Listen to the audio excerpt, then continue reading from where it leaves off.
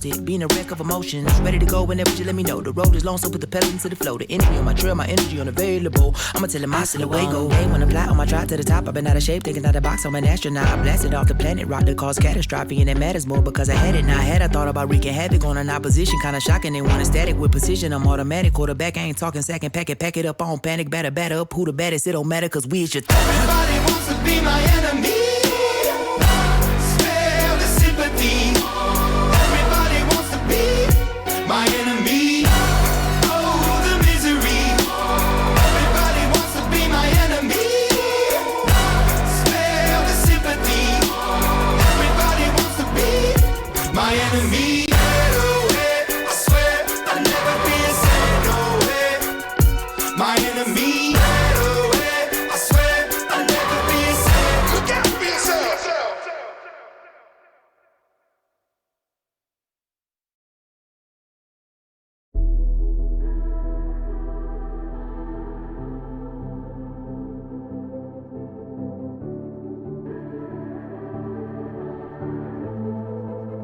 Legends never die when the world is calling you.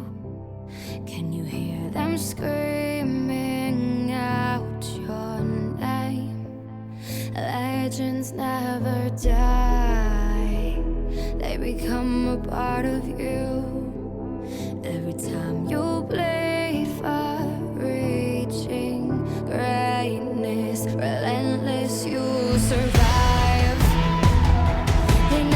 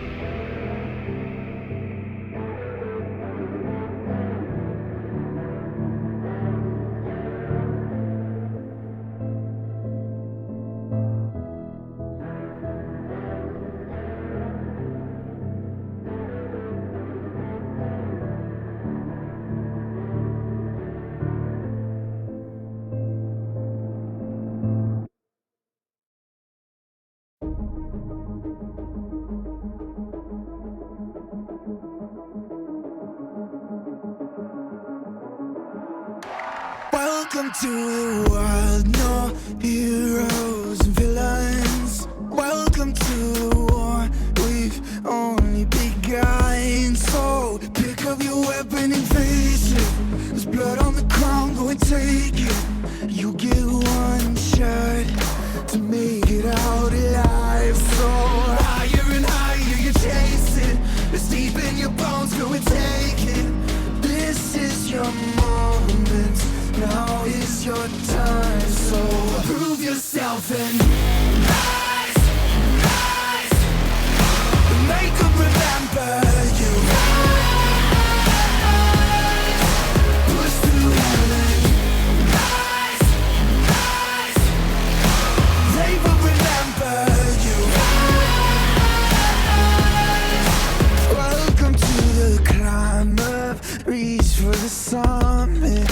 Visions brave, the one false step lead the end. So higher and higher you chase it.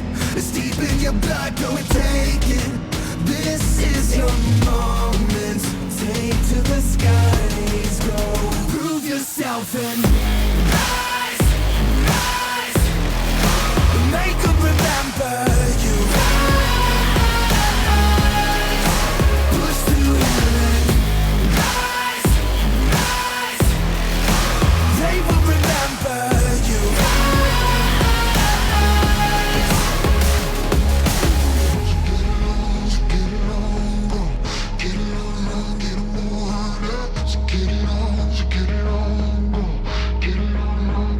It is you fight among the dead beneath the dirt. Or do you know yet? Or do you want it?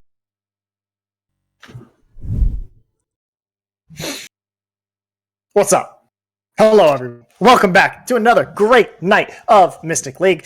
We got a couple games. Surprise game coming out of nowhere. I was only expecting one match myself. I am joined by Jet. How you doing, Jet? How you doing, man?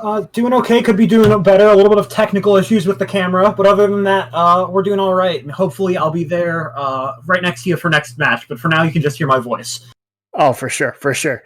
So this first matchup, we have Rocket Artichokes versus Agents of Chaos. What do you think about this matchup here? I've definitely been considering it, and the matchup is... I think it could go either way, 100%.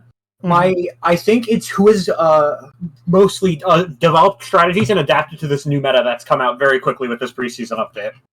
Oh, for sure. There's a lot of spicy stuff. I would love to see some lethal tempos, glacial augments, and first strikes. All these runes feel super good, and they're super fun to watch.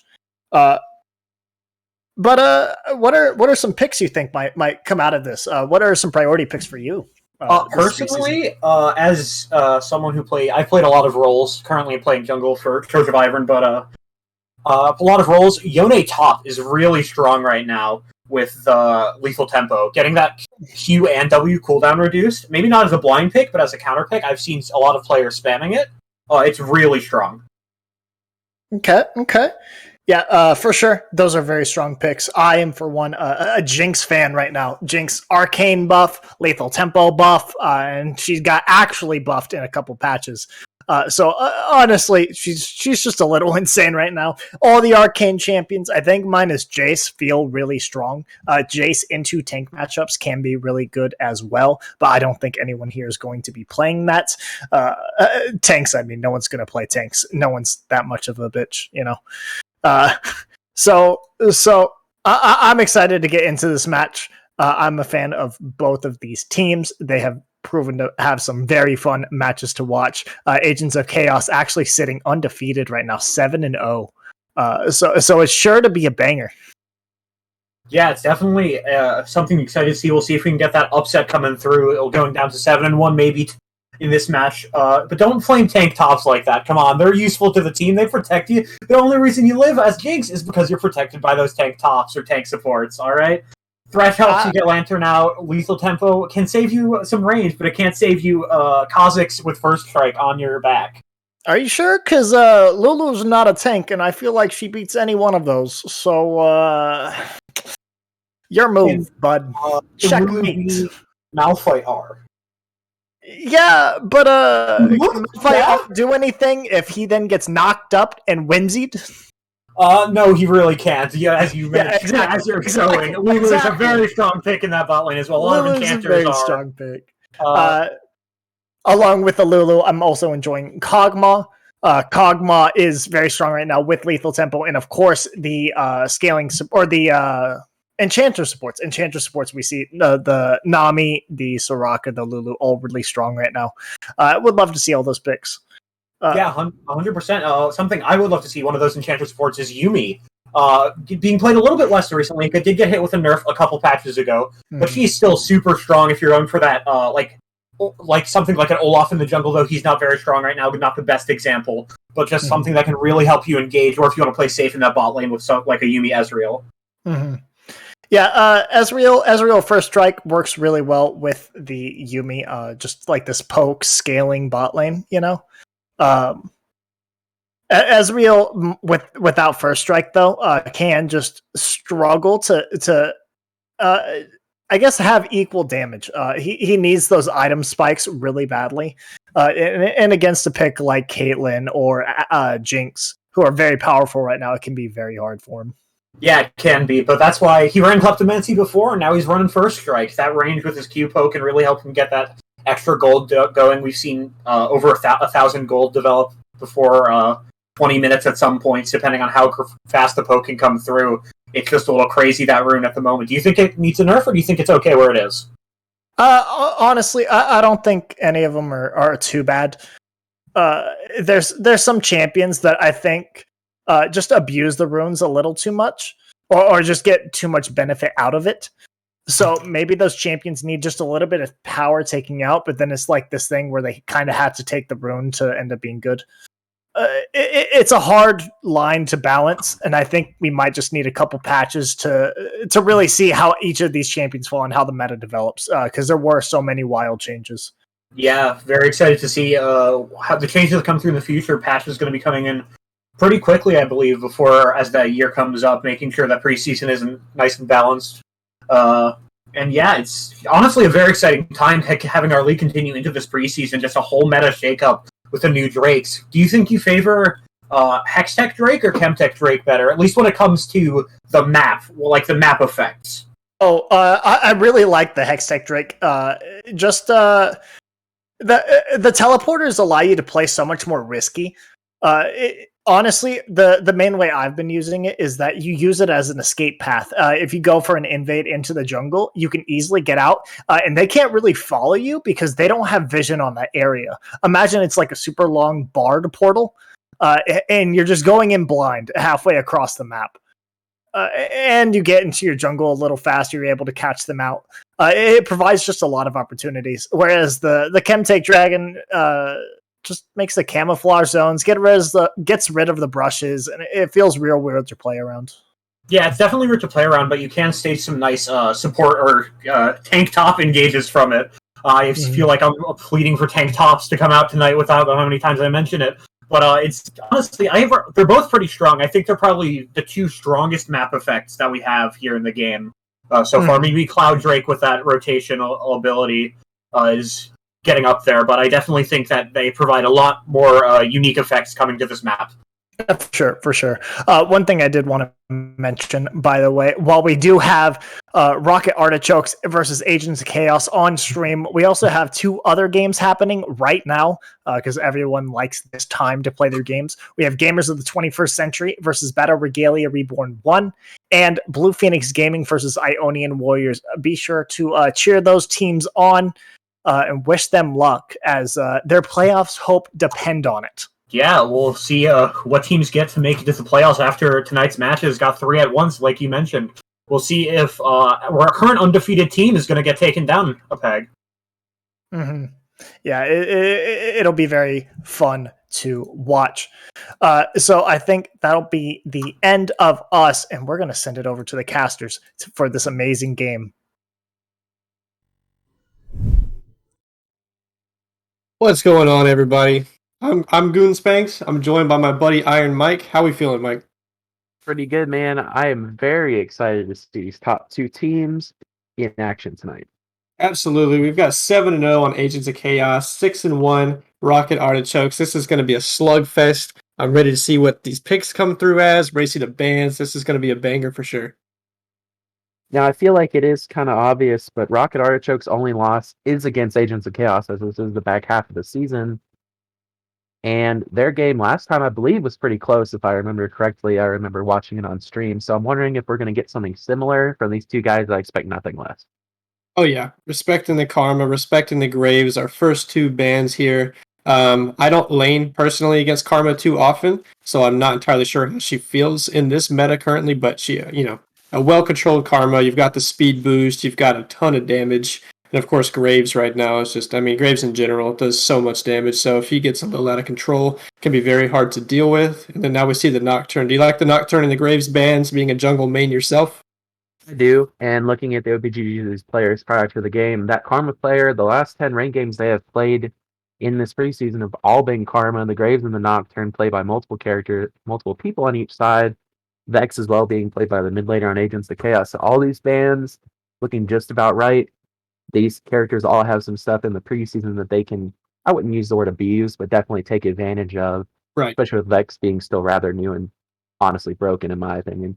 Yeah, she's got that, of course, the insane damage potential. Just, I mean, I don't even want to say the rotation potential, but you land one ability and you fly across the map. And okay, here comes a Kha'Zix ban. So really just trying to take as much from that jungler as they can right now.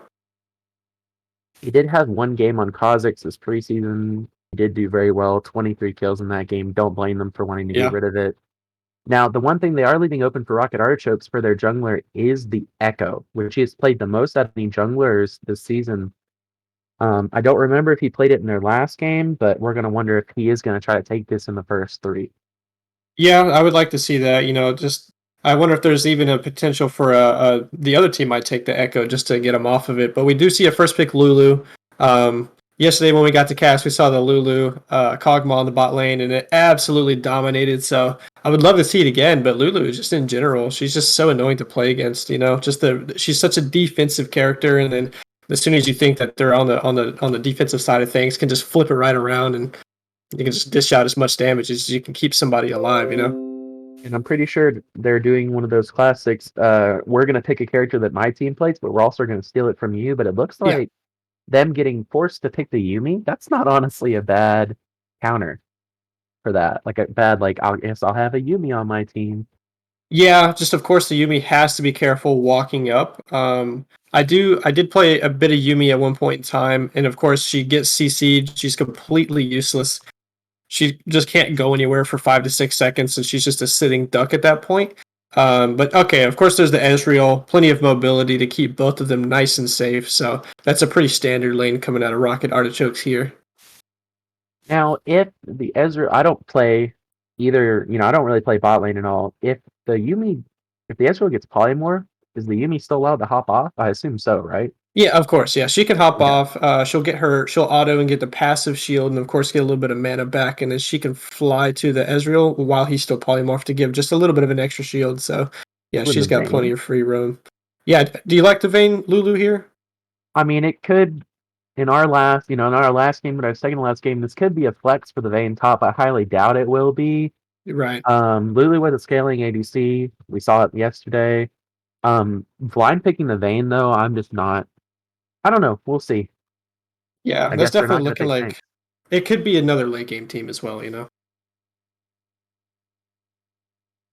Okay, even more protection with the Shin. So, I mean, they've got plenty of shielding. They've got plenty of sustain at this point. I do actually really, really like Agents of Chaos. Their first 3 picks look pretty solid at this point right now. Yeah, protect the Vayne comp. One of the classics. Doesn't seem like it'll be too hard this game so far. Even if they just draft a jungler and a mid laner that doesn't really do anything to help, that's still pretty solid. And their top laner does play Shen, so it's not like he's going to be, just picking this randomly out of the blue. Ooh. So the Mordekaiser, spicy pick. I like it. Okay. I wonder if he's he could look to do a lot of individual fighting, because with the level 6 Mordekaiser, you trap the one person. So, I mean, even worst case scenario, late game, you probably get shredded by the Vayne. But if you can remove that Vayne from the team fights, then maybe you give your team a little bit, higher chance to have the Ezreal shred out and just try to, one-shot somebody on the other team. Also, the objective fighting with the Mordekaiser on your team is really good because you can't lose a 50-50 smite fight if the jungler is in an alternate dimension. That Shadow Realm can't smite through that. So, Very good point. I know you've been there before, so that's probably why you thought about saying it. yeah. We have mid lane bans coming from each side here. For ban number 4, I'm wondering if they're just going to keep targeting out that mid pull. Honestly, it makes sense. It looks like they're going to be needing some alternate carries on the side of Agents of Chaos because Protective Bane comp is good, but if they do focus this Bane early game, he doesn't really do all that much. You're protecting nothing. So, Yeah. And we see the Trundle ban come out. I think that's more so just because in team fights, if he ults the Shin, he just gets so much value from his ulti. He's able to take a lot of resistances there from the Shin, who should ideally be building straight tank.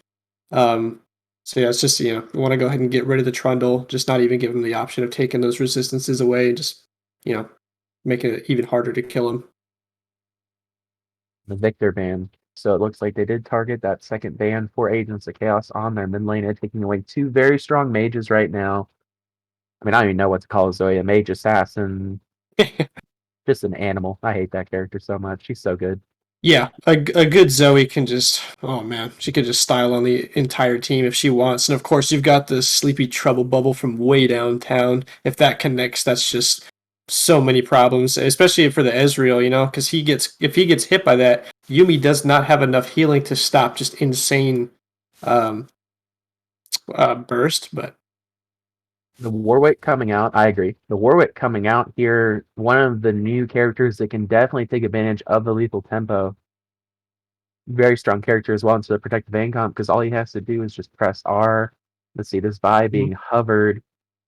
Will she end up picking it? Yep. Vi, pretty good. Ezreal can't blink out of the way of her ult. Point and click R. Coming yeah, out, Vi has that arcane buff, just like Dino was talking about in the early game for Caitlyn. So she is in a show. The character is in a good spot right now. Is it a convenience? I don't know. We'll see. okay, then Katarina. Rocket does save their very last pick. They wanted to counterpick the mid here, so ideally, this Katarina should get shut down pretty early. I would hate to see the mid pick come in last for Rocket, and they still lose to a Katarina, because obviously a Katarina can just, if she gets a couple of kills, can just rotate and just go absolutely bananas.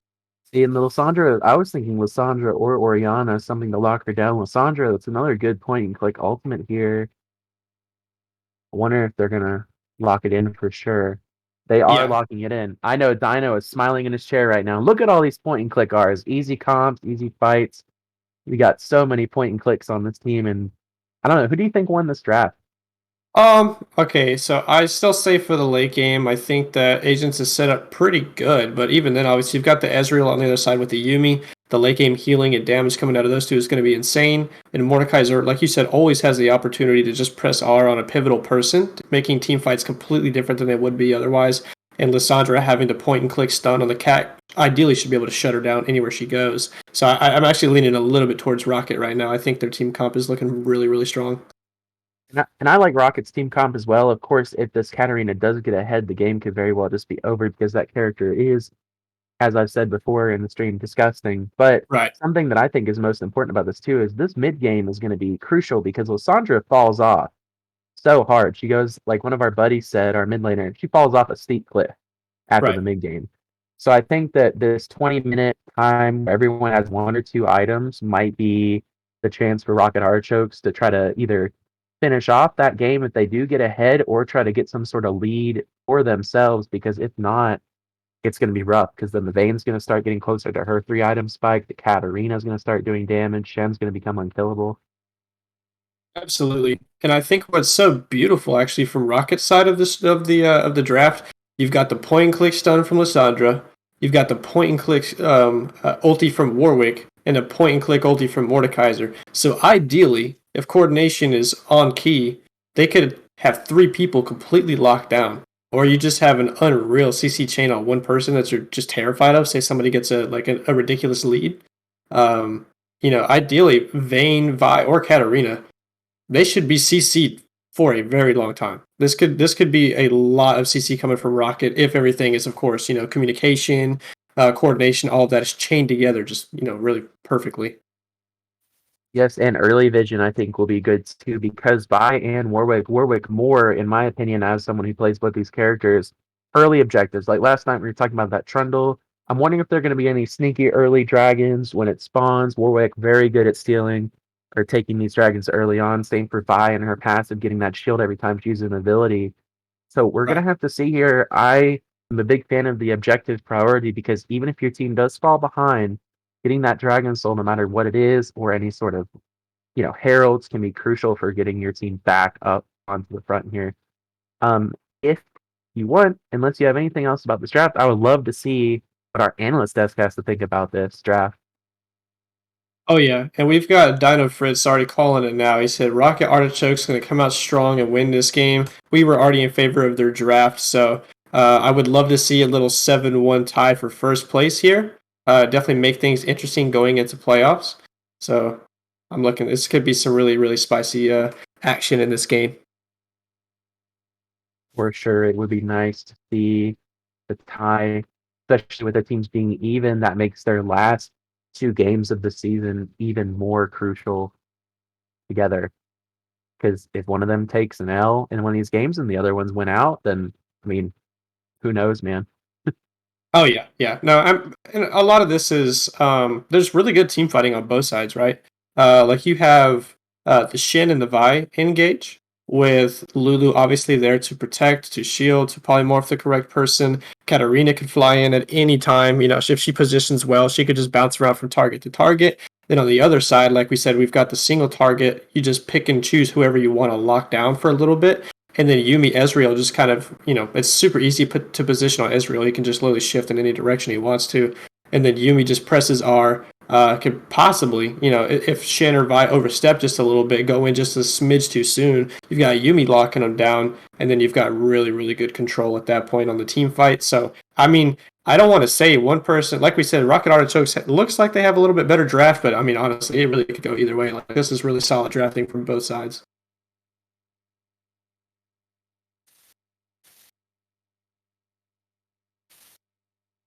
We All got right, and it Scotty's. looks like we have Jet and Dino here able to give their opinions on what they think of the draft in voice instead of in chat, just so everyone can hear their beautiful voices. What do you guys think about this draft?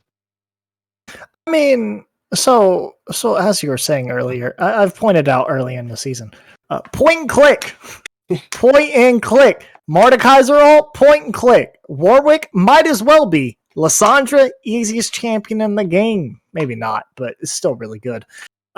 So even on the other side, Ancient Chaos does have good point and click. Shen ulti's really easy. Lulu Whimsy's very easily. Vi just, she runs at you.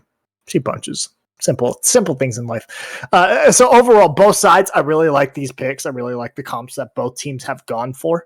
But personally, I think I'm leaning toward Rocket Artichokes. I like it just a little bit more. Yeah, I'm going to have to agree with you. Rocket Artichoke's comp is really strong. I think the Mordekaiser was a really good pick into this Protect the Vayne comp. Shen'll can't go on you if you're in that Death Realm, so you definitely have to pay that QSS tax. I do like the Shen pick from Agents of Chaos, not only to protect that Vayne, but also having that side lane pressure, can use Teleport and Stand United to make sure he can be there for twice the amount of team fights Ward can, unless he walks down to that Dragon fight, perhaps, or wherever those fights are going to happen. Oh, yeah. And then Katarina. I want to speak on Katarina. Katarina's my perma-ban. I ban this champion in every ranked game because it is busted.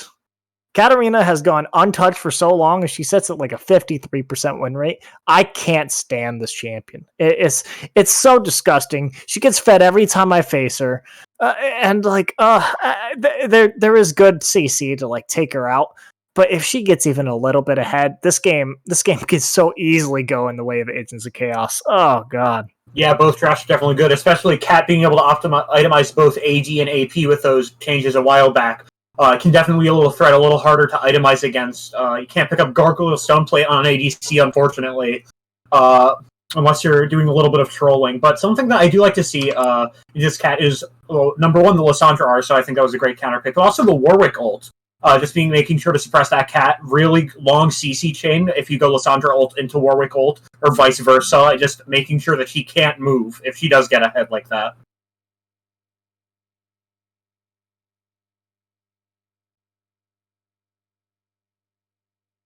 I agree with everything. I personally hate Katarina as well. I banned her for a long period of time until Viego came out.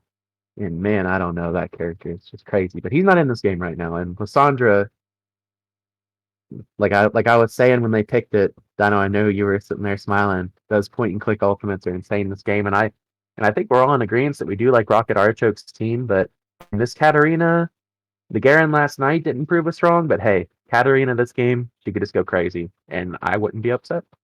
Oh, and I was speaking on the Lulu a little bit. Lulu is very strong and helps these hyperscaling ADCs into the game. Vayne, one of the premier ADCs right now, especially into any tankier members. Lissandra may have a hard time getting on her. Warwick, she can kite fairly easily, and even if Mordekaiser ultis her, she just kind of walks him around and kills him.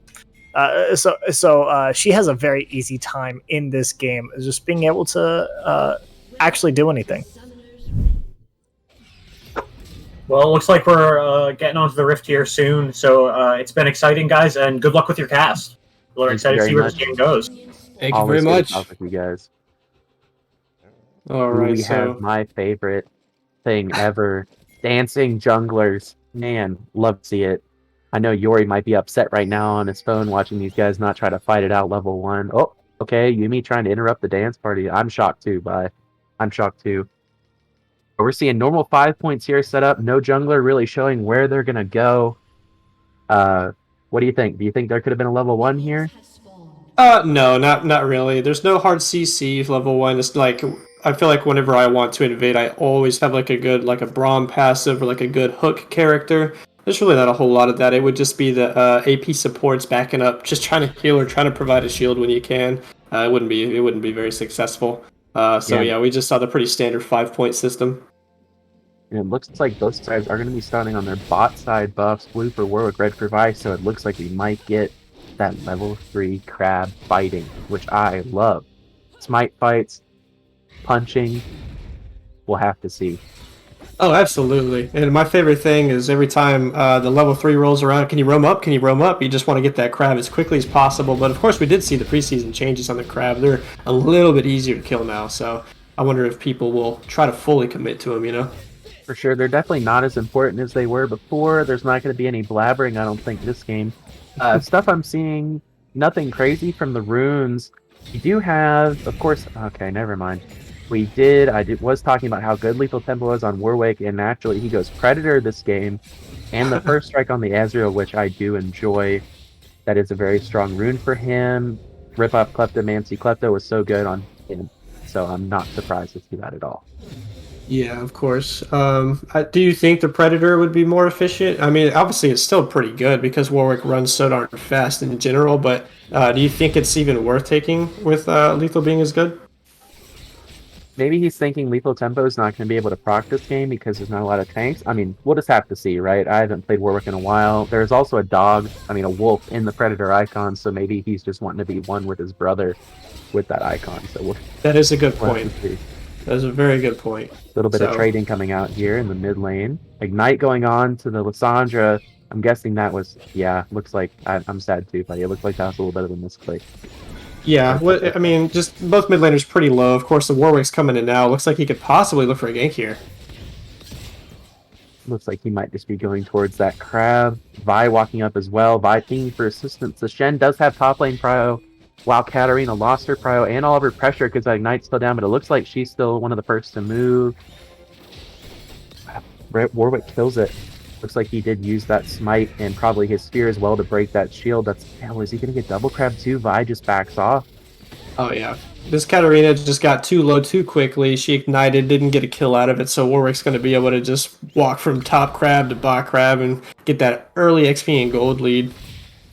For sure, and it looks like even though the top lane prio did exist for the Shen, Vi's ping for assistance goes unnoticed as Shen continues to, well, I was going to say bully out this Mordekaiser, but Mordekaiser hitting an E, pulling him back in with another Q, getting him really low. Looks like Shen's able to back away with the passive shield on his Q. Wow. A little bit of a reset. That was still some really good damage already. I mean, he just has Doran's ring, and he was kind of bopping him right there. So if I'm Shen, I'm a little bit scared right now. But with him backing first, he'll be able to spin a little bit of early gold while Mordekaiser's just looking to get some vision. Yuumi blowing both summoner spells here, getting, it looks like just Ezra a little bit of gold with the first strike. not forcing any flash or heal. Oh, okay. We say that Lulu does flash ignite onto the Ezreal. Heal coming out from the Vayne to try to save her. Ooh! 1-for-1 in the bot lane so far. Yuumi being left without a helper. Oh, there's the Warwick cat and dog energy. Looks like they're going to agree to disagree this game. Shen just eating minion damage, but being able to get that trade off onto the Mordekaiser. Okay. Right.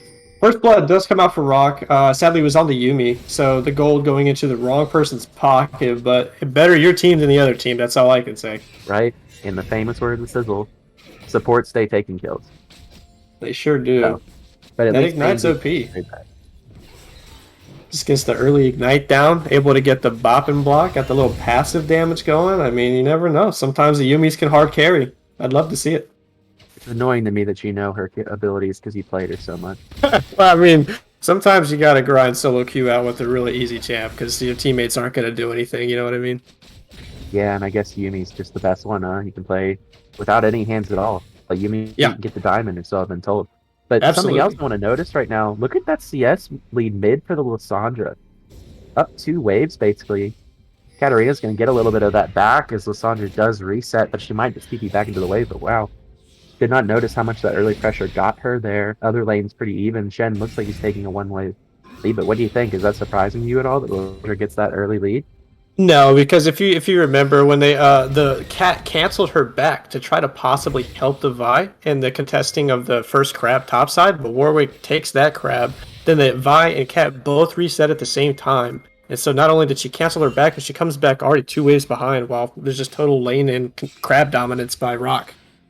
True, and it looks like Cat backing again for the second time here in the first 6 minutes of the game. Opting for the recurve bow. Instead of getting boots to help dodge some of these Lissandra abilities, it looks like the level 6 all-in might be happening.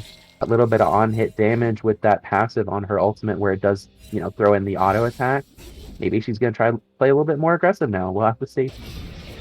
Yeah, I'm not a very big fan of the Ezreal Yuumi reset there. I know Ezreal probably wanted to spend quite a bit of gold, but if you saw towards it, they took crab. Lissandra and Warwick were both on the dragon. I think you just spend 20 seconds, take your drag, and then you just reset and spend all your gold anyways. But instead, that dragon is just, I think that could have been a free first objective.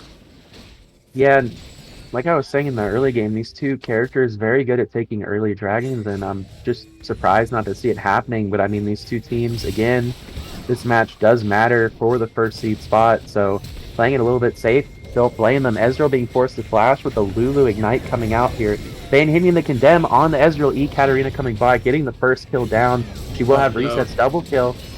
Wow, it's like I predicted it. Oh my gosh, Katarina wanting to fight at level 6. The perfect roams down, and, well, looks like they're going to get this first dragon. Warwick dead for 7 more seconds. Doesn't matter how fast that dog can run with the Predator boots.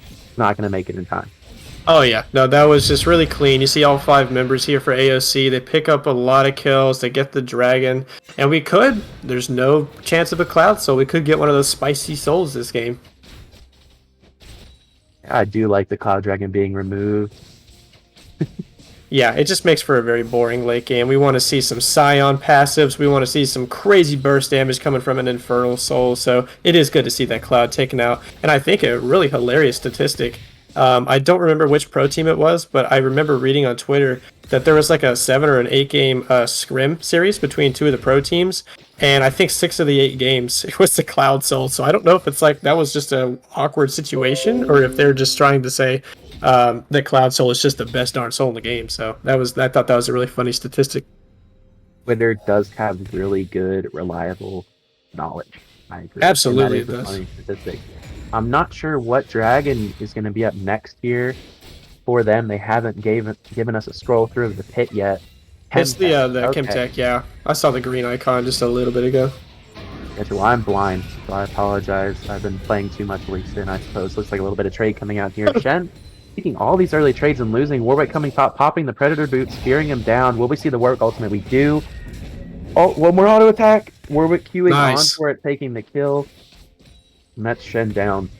Yeah, Mordekaiser already having the lead a little bit in the farm, so he'll look to push those waves in. But Vi is there at least to catch the wave. It's not for a complete loss. For sure. And we are talking about Rocket Artichokes. Getting this Mordekaiser and the Warwick a little bit ahead is going to be very useful because those are the two main characters that are probably going to be trying to sit on the Vayne and the Katarina.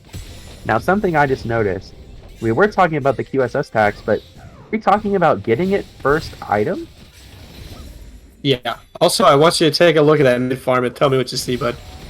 I see a Katarina that has 2 kills. Yeah, this and is also down the gold that equates to those 2 kills. Probably more. I mean, that's 30. That's 36 now. CS. I mean, that is just utter domination. That is 6 full waves almost. So that's yeah. Hopefully, this Katarina can get some more kills because otherwise, she's going to be a little behind on the gold. Is there a chance we can see the gold graphs right now to see how far behind she may be? Right, she's ahead. That assist. Those kill goals. Okay, so they though she's losing in CS, they are even. Lissandra ulting a little bit preemptively there. Warwick not being able to do anything. I think that may have been a little bit of miscommunication there. Warwick Predator Boots just came back up. Ultimate was not ready. And Lissandra just, I guess, ulting the ult.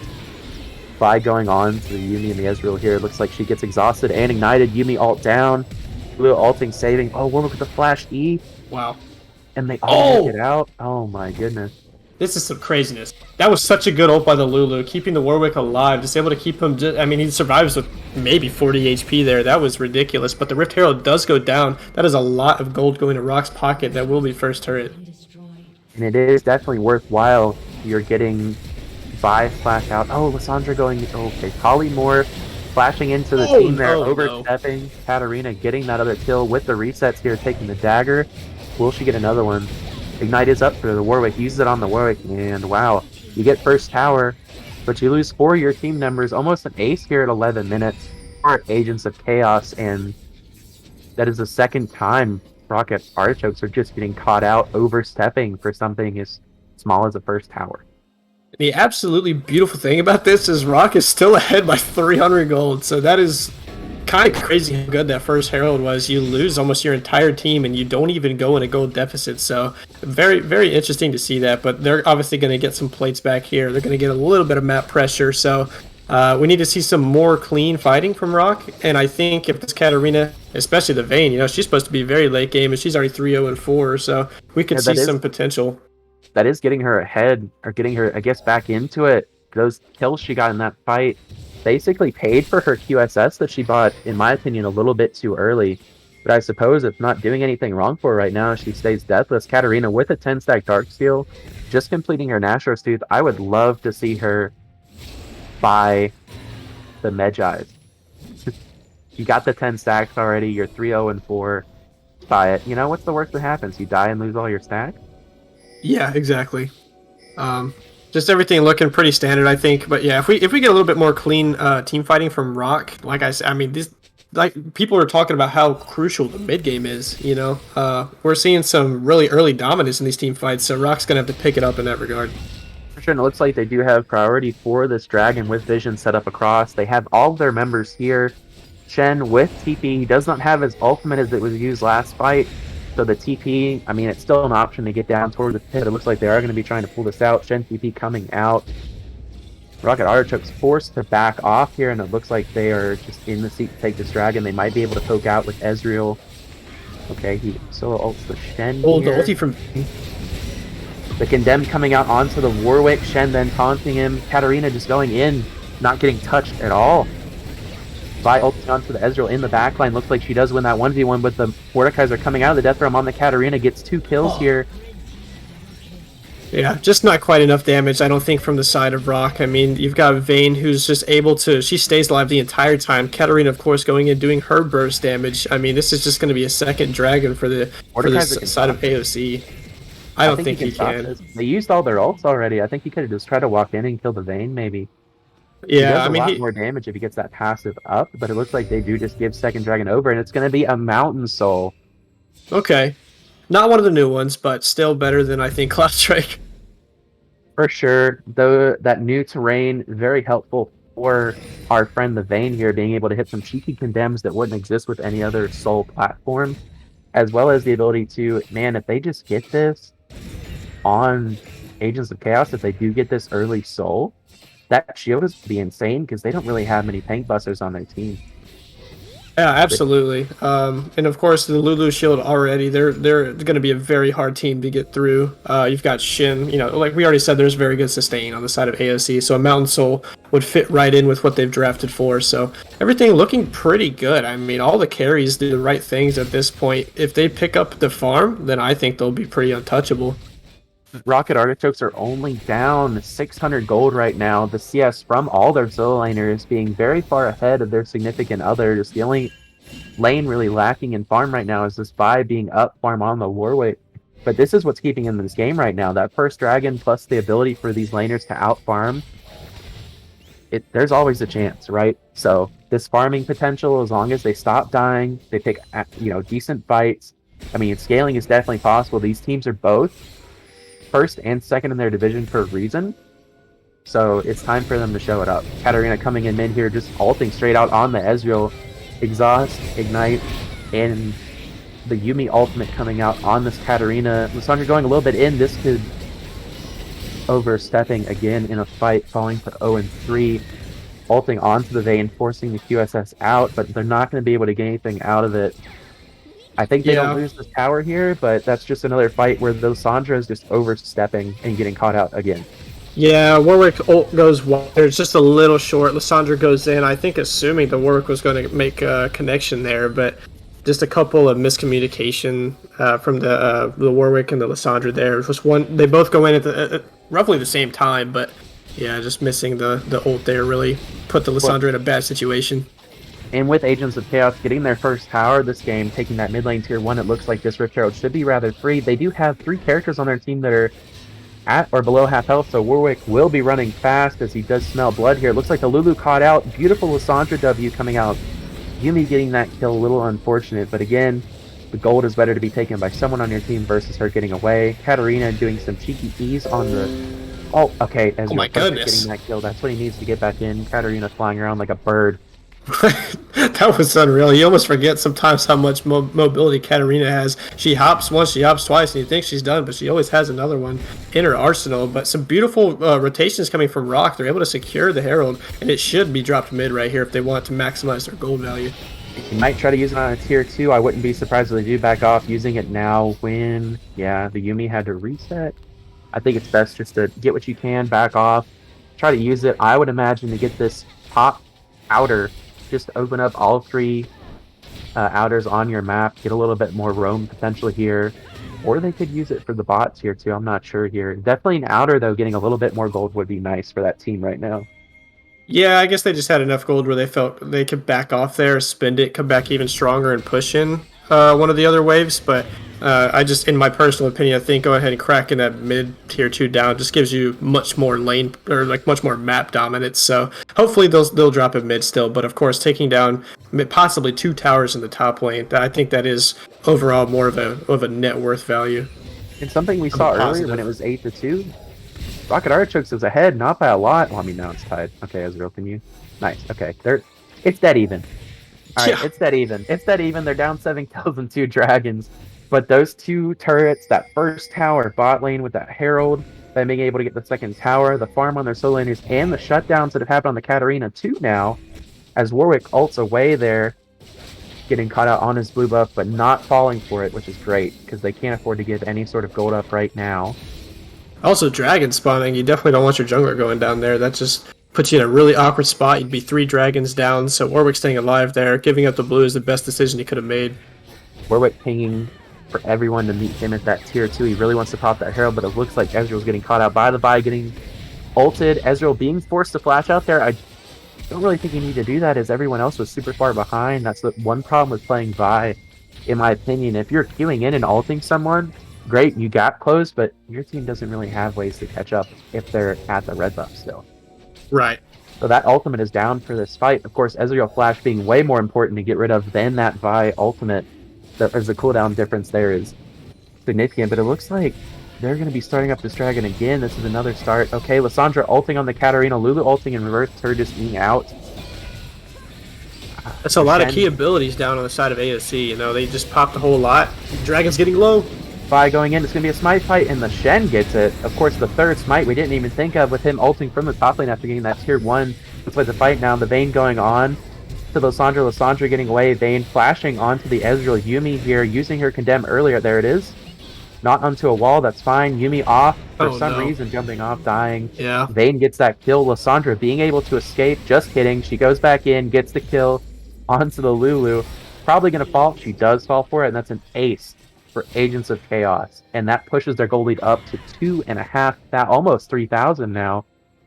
What are they going to get out of it? Baron spawning in 15 seconds. The Vayne's getting an outer tier 1. The Shen got that top tier 1 before the dragon was taken. What do you think about that?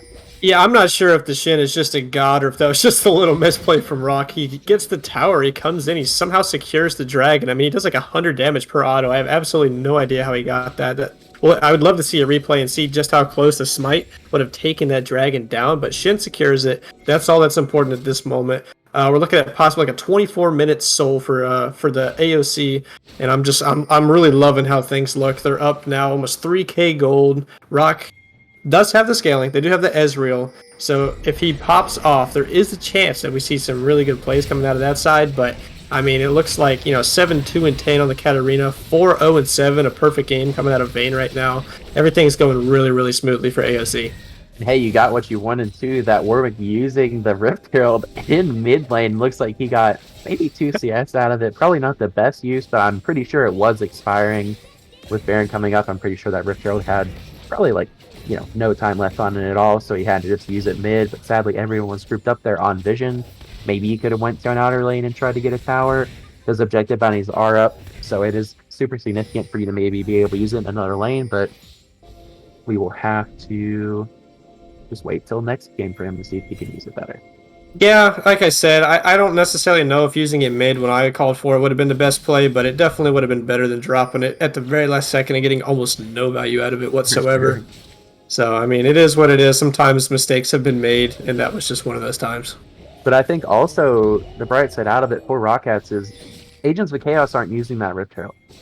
So even if they don't get anything out of it, Agents of Chaos could have got an in-hit out of it. You know what I mean? So that's something that I guess you always got to look at the bright side. Even if the Herald doesn't get anything, all of you junglers out there, at least the other team didn't get it, right? That is true.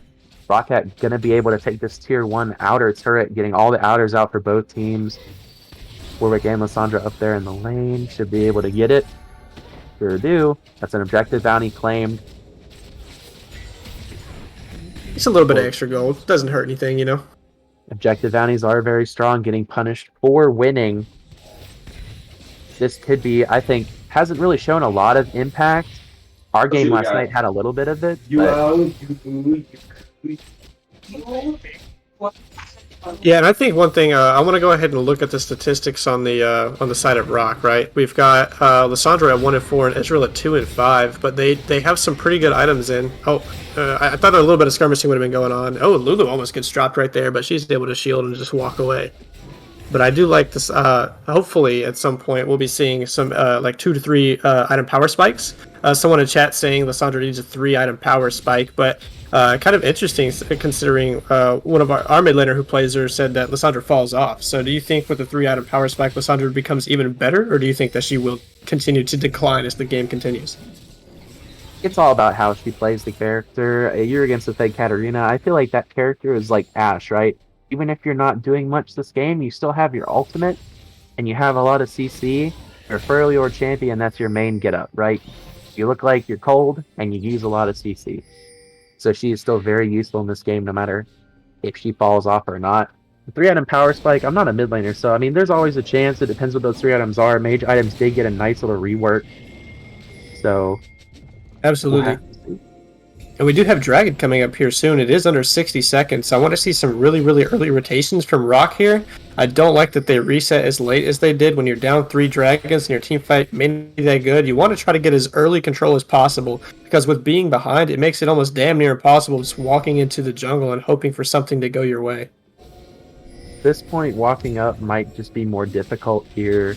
With the Warwick missing the smite and the last dragon, letting the Shen, I don't even think it was an auto attack. I think it was Bomby Cinder, if I remember that smite, going down to 28 hit points on that last dragon, and the Shen either auto attack or Bomby Cinder being able to get it off. The dragon spawning now, and once again we see Rocket Artichokes just not being in position for any of these dragons this game, and when they did, they were easily forced out by just wasting ultimates. We see Lissandra going in here, Ezreal hitting just the dragon. By ulting the Lissandra here, being able to get onto her, Lissandra flashes out. Oh my goodness. Warwick's so low, and he Vayne's just getting Lulu drops. ulted. Yeah, damage coming out. The Mordekaiser's the only damaging character, and he's just stuck in the back. Yeah. And it's another 4-for-0 on the side of Agents of Chaos, but this time the Mordekaiser lives instead of the Lissandra. Mordekaiser using ult. I believe they got QSS It should be a out by Baron. the Vayne. They're pinging the And Baron. they can just rotate straight over. I don't blame them. Absolutely not. I mean, the health bars aren't even considerably low. Of course, they get a nice new brand new shield that's going to sit on top of their health bars. So this is a very, very free Baron. Mordekaiser may be looking just to get a waiver 2 top lane. That's about all he can do. And this is looking really, really dangerous for if you're ROC right now. Well, in the Vayne, with that Lulu being able to melt it down, the Warwick is up, but I don't think he's going to be able to make it in time, even if he gets in range with those Predator boots to be able to give him access. No one is below health enough to where we can see his head pop above that Vi, and that's just a free objective again for AOC, being able to take everything but that second Herald this game. The pressure coming out from the junglers is just, it's a little bit of a gap. Absolutely. I mean, it's really a team gap at this point. You look at statistics across the board. We've got so many, like every single person is negative except for the Mordekaiser, but even then he's not even really able to do much in fights. You would expect to see him ulting somebody and being able to give a good 4, but that's not even possible at this point. You've got you got 16 KP on the Shen, just being able to shield and being in the right place at the right time, and of course the Katarina 10, 2, and 10. The Lissandra had the counter pick, not even able to lock her down or anything. You want to, if the Lissandra's coming in, you want to see the ult go down on the Katarina, and you try to one-shot her. Instead, Katarina's bouncing around like she's on a pogo stick, just able to do whatever she wants, making life incredibly difficult. And she's not even having to worry about using that gold to buy the QSS tax for the Lissandra ultimate, because you're fed. And you have a Lulu on your team. Every time she's got Lissandra ult in this game, Lulu just ults her and she lives because they don't have any damage to follow up. Mordekaiser hitting the E, Shen taunting out from under the tower. But this is not 15 minutes ago where the Mordekaiser was very far ahead. Now him just taking 2 from the Shen brings him to almost half health, and the Shen just being able to do so much more damage. Yeah, this is just an incredibly dangerous game. You've got Baron buff still up for a little bit. I like that Shin is just sitting top lane. He's forced Mordekaiser to match him. I would like to see almost like a 1-3-1. I don't necessarily think the 1-4 is all that good right now. Lissandra and Ezreal. Without vision. Yeah, Katarina just spins on him. A little spin to win action, and this should just really be a free top tower. And at least I do like that they're also pushing the mid in as well. You want to just, with this Baron buff, keep applying absolutely as much pressure as you can. The rotations are pretty nice, and the Vayne being alone here, but it looks like the Lissandra and the Ezreal are afraid to pull the trigger. Of course, with them rotating through without any vision, you're not sure where they are, but there's going to be desperation right now. The mental's not fully gone yet. The gold lead finally... Oh my gosh, this Katarina just runs in from the Vi, ult from the Katarina. Katarina ults up in 5 seconds because it's Katarina. 2 kills the thing, that top lane going down. Looks like Inhib will be secure for Agents of Chaos here, and the mid lane is still getting pressured. Warwick sitting tower. Buddy, I don't blame you. Yeah, the rotation is going to be a very easy call. You can lock the Ezreal down almost. A good Yuumi ult, trying to keep him alive, but the Vayne just rolls in, takes him down. It should just be another free in him. 2 autos on the tower there, just kind of BMing. It looks like, because what the Katarina is just going to kill. It doesn't matter if you're a cat, Yuumi. Cat's the better cat. That's all I'm saying. Absolutely. Yeah, and I do you think they even get any Nexus towers here? I mean, they have 2 inhibs down. There's some pretty long timers. You've got Ezreal and Yuumi down for over 20 seconds. It's just the Warwick right now with the solo laners respawning. It looks like they might be able to close out this game. Buff does run out, but I mean, just pick the fight here, right? You're so far ahead. Getting condemned into his own Nexus. Mordekaiser does fall down. Sandra ulting, and oh my gosh, I love this. The ult tower combo. It looks like it's too little too late though. Absolutely. Everyone up. The Ezreal is up alive, being able to try to stall it. AOC, more like, now I see why you are undefeated. Great game coming out, 30-8. A 29-minute game. Heading with a 13k gold lead. Man, I'll tell you what, that was close great game for the first part, but they surely knew how to snowball those characters. Yeah, AOC really took control of that game. They got the soul, they got the Baron, they ended 29 minutes. Just a very clean victory coming out of AOC. Beautiful stuff. And I think we're just cursing, caster cursing at the beginning of the game where I'm saying this Katarina needs to prove why they're good. All of us voting for Rocket Artichokes, man, it was a 4-way curse coming out from us here. And, yep. And I think we're going to send it back to the analysts. Just let's see what Jet and Dino have to think about this game. So yeah, that was a banger of a game, and by banger I mean one-sided. I called it out as soon as I saw the champ. I did like Rocket Artichoke's comp, but the Katarina coming in clutch. There's a reason I ban this champion every game. Yeah, I can definitely see why you have that as your perma ban. To be honest, it's quite scary seeing that snowballing so quickly, getting to roam extremely fast. But falling behind in CS, as was mentioned, but just so good at getting around that map and getting everyone ahead. Yeah, and just from that level 6 point onwards, it was just a stomp. I mean, they just did everything right. Katarina got a good roam. Ezreal got caught out. We saw Lissandra making some questionable plays, and then Agents of Chaos able to capitalize on it very well. Just overall, really well played from them. Yeah, 100%. We do have Marksman player, the ADC for Agents of Chaos here, to join us for a quick interview. How are you doing, man? How does it feel to come off that win? I'm doing great. It feels like a great win tonight. Solid. So thank you for having me. Yeah, for sure. So I want to ask you a quick question. As an ADC player, it threw me off. You build QSS first. And while I can somewhat agree with it, I also hate it building first. What's the idea behind it? Well, I knew I'd be sacrificing some damage there, some farm and whatnot, but I've always been the type of player to adapt to what the team needs of me. It was actually something we discussed going in, and we knew that the team fights around Dragon would be really important, and pretty soon we'd be grouping up, and obviously the point of their comp is to get to me, so I think that QSS early is an investment I'm willing to make in order to just not die, which worked out the way that it did, and we ended up snowballing Dragons after that. If you noticed in that first fight, Mordekaiser actually ulted me and just got cleansed instantly, and they kind of didn't know what to do after that, so that was really the point, just to throw them off and what they wanted to do. Even if it was a sacrifice for myself a bit early. Yeah, And I mean, that's fair. yeah, I mean, it definitely turned out the way you wanted it to, considering you got that win. Just managing to control those early drags. Was that always the plan, to have drag control, like pressure mid and bot? Because that was where your strong lanes with the Shen and top side, with Stand United making sure to keep you and that cat safe. Was that always your plan to like control drags and make sure you could snowball towards Soul? Yeah, definitely. The plan coming in, and we discussed it. We asked what our jungler wanted to do with the tempo and everything, and we knew that if we can get those first drags going, no matter what dragon we ended up with, that would be really strong for us, and we could focus on that objective really hard, and we were confident in our team fight abilities and everything. Mm-hmm. Yeah, and there was a lot of very interesting plays. I was calling it in Champ Select.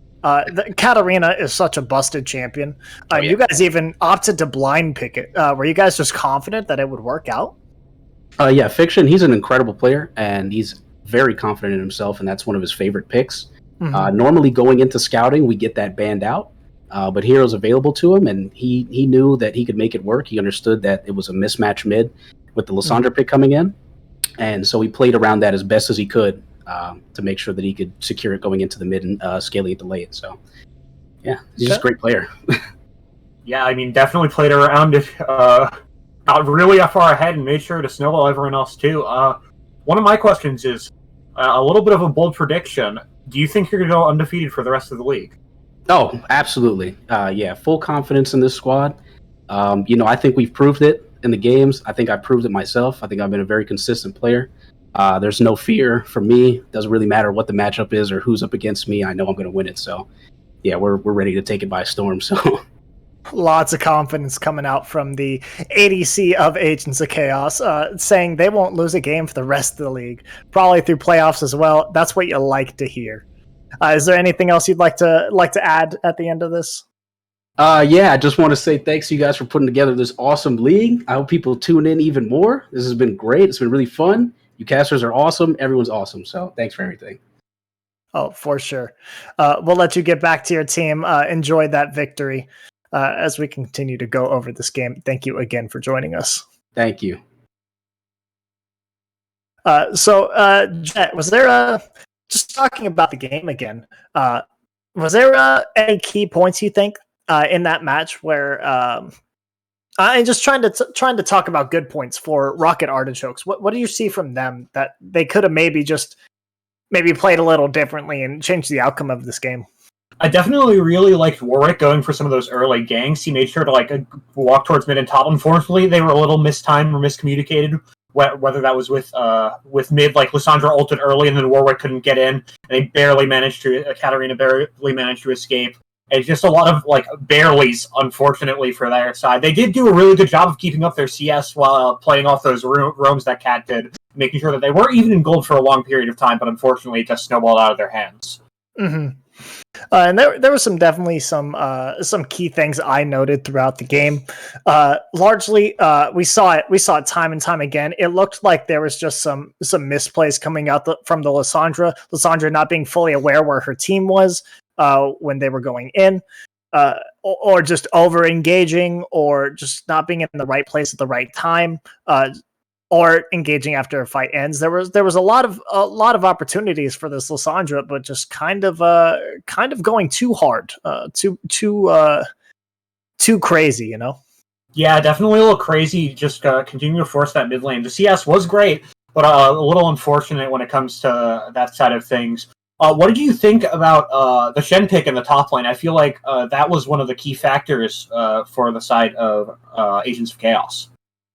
So the Shen pick does well when there is that one primary pick you want to protect. That pick being the Vayne this game. Shen able to protect even the Katarina and Vi, of course, or able to just follow up with that engage. But when you have this one central person you're trying to protect, and you have a Lulu to protect them, and you have this Vi Katarina causing a lot of havoc, it creates a lot of chaos in these fights. And it provides little opportunity for Rocket Artichokes to actually do anything. So overall, really great pick to not round out the comp, but just make it very strong.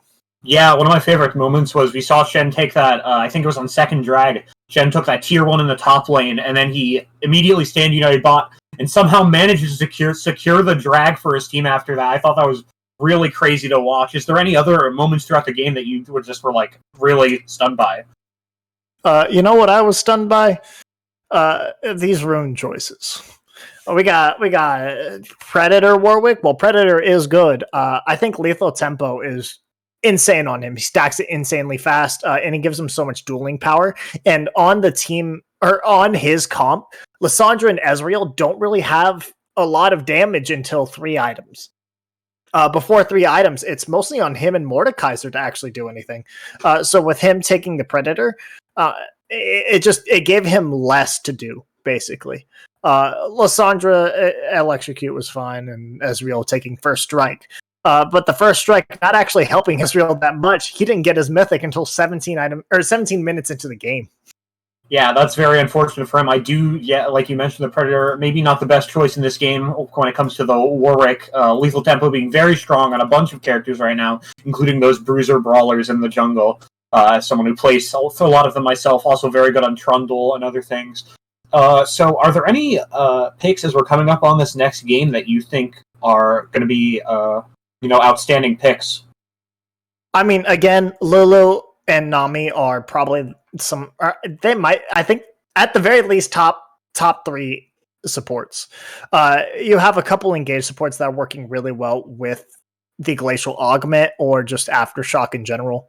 And it can provide a lot of opportunities for the team, but just being able to provide so much support for a scaling ADC, especially with objective bounties adding so much gold into the game, it's just doing so much. Yeah, it definitely does. Something I would really love to see come out if it isn't banned is that Vex. Definitely, while Viego has fallen off, the other Ruined Yordle definitely hasn't, making sure that she has a lot of control in this mid lane. The amount of she can just push the wave, roam. You can opt to run Predator on her. You can opt for Electrocute. She has just so much variation when it comes to her kit, and I think it's a really strong pick, especially when it comes to that mid lane meta. Yeah, it is just insane. Vex. Lux as well. Lux kind of fits a similar mold as Vex, able to wave clear and just kind of roam around the map and make a lot of plays. With the damage buffs that Lux did get, as well as ulti cooldown reduction, as well as Shadow Flame, just giving so much more magic pen. There's so much opportunity for these long range arcane or long range burst mages to just excel in their role. Yeah, and speaking of arcane and burst mages, we also have that Victor. While using that bursty early, late in the game, he's a little more consistent than something like a Lux, but First Strike, again, really strong rune, but on top of the Crown of the Shattered Queen and Cosmic Drive being really good as well, you can just makes it for some deadly combos. I feel like, personally, I think mid lane is probably the best and most pivotal lane when it comes to the season, but I guess that isn't very new. Oh, for sure. Just overall very strong stuff. And out of the top lanes, we saw just the tank pick able to prevail here. Mordekaiser not actually able to bully him down. More tank picks would be optimal, I think. Tanks are just super strong right now in the game. Almost every tank item being buffed to a point where they just feel so much better to play.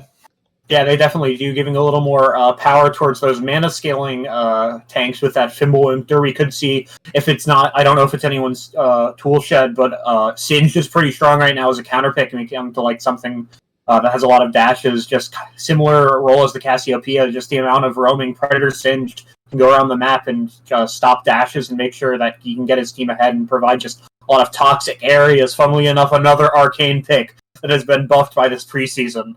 Oh yeah, just every arcane champion just feels so good. Whether it is just, I mean, Caitlyn, Jinx just being so oppressive in the lane right now, or Victor, like you said, all of them are just insane. Yeah, they're very very insane. I'm really excited to see where this next game goes. Speaking as a jungler, I'm very curious to see if anyone's going to pull out the new jungle pathing for level 3. That's Red Raptor's Gromp, and just go for an early gank. I know it's been very powerful right now. And we in chat we said they have some spicy picks, so maybe some spicy gank pathings that I don't even know about come out as well. Is there anything, any spicy picks, just out of the blue picks that you want to see this game that you think are maybe sleeper OP, or like are really strong and less sleeper OP, or just not as strong but you want to see? Kog'Maw is so good, especially again with the Nami, with the Lulu, and just scales so well into the game. Doesn't need a lot of items. Just can sit on two items with very low gold cost and just kind of chills. Then he builds tank after that and becomes unkillable. He has the support, and it feels so good. Yeah, I'm sure it does. Making sure kind of protect the Vayne comp on a little more hyped up. This Kog'Maw less mobility, so needs a little bit more shields. Maybe we'll see a similar Shen pick come through. That could be a little interesting. Just see a repeat with a different ADC. I'm very curious to see what they're going to pick this game. Now, talking about jungle meta, at least, a little bit more, because I'm a jungler myself. I really like when junglers they have to either play for themselves or play for their lanes. And I feel like if you play for your in-between, it's a little harder to make sure like you get success further into the game. Because if you're playing for yourself, you can control objectives, controls crabs, make sure the team plays around you. If you're playing for your lanes, you give up some of those things, play some less farming junglers such as the J4, and just look for early ganks, who I also think is a really strong pick in the meta right now. What do you feel about, as an ADC player, I know you mentioned Jinx before, are there any other ADCs besides Jinx and Kog, I guess, that you want to keep your eye on? Jinx and Kog. No, we saw it last game, the Vayne, we've seen it the past couple weeks. Vayne has been really strong come the patch, deals with the tanks very well that are really strong, and just overall, she is really strong. I would say steer clear of the Kaisa or Sivir or anything like that. Just kind of, you don't need short range champions right now, especially with tanks that can do more damage than you in the mid game.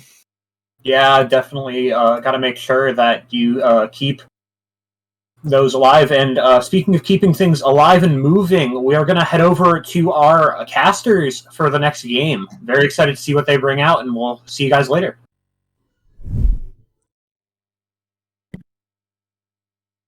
Yes, greetings and salutations, everyone. I am Scotty P. Joining me here in the booth for our next round, Sizzle. How are you this evening, sir? I'm great. I'm looking forward to a fun. I've got the OPGGs pulled up. I'm ready to see an interesting draft come out from both these teams. Yes, indeed. We've got ourselves Blue Phoenix Gaming currently sitting at 4-2, Ready Team 5, 2-4. Not eliminated from contention just yet, but a loss here would bring them to the brink, so we might as well call it a must-win for them in this game. Whereas Blue Phoenix, if they can get a win, they'll be putting themselves in just that much better position to get into that top 2 in the group come the end of things. And we got our first ban coming through. It looks like we're going to be knocking out the Talon. Talon's a pretty solid choice. A jungler these days. He provides a lot, just the ability to hop walls, his ability. Probably one of the best, if not the best, of all jungle picks at the moment. I mean, he can just be anywhere at once. See the Vi coming out as well, so it's jungle bans being targeted against RT5. They obviously don't want that jungler on something proactive early. We see the Vladimir and Echo bans to answer both strong scaling mages, just trying to probably take out some of these comfort picks from these players, just really force them onto the deeper parts of their champ pool.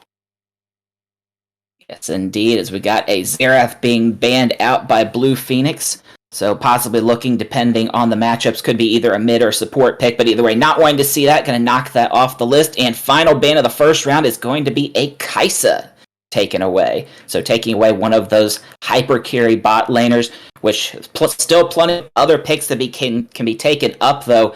Blue Phoenix in their win over Ready Team 5 in the match they had. We had their bot laner, Nick Tim Steve, had a 10-kill Misfortune, but a very popular pick in the league this season.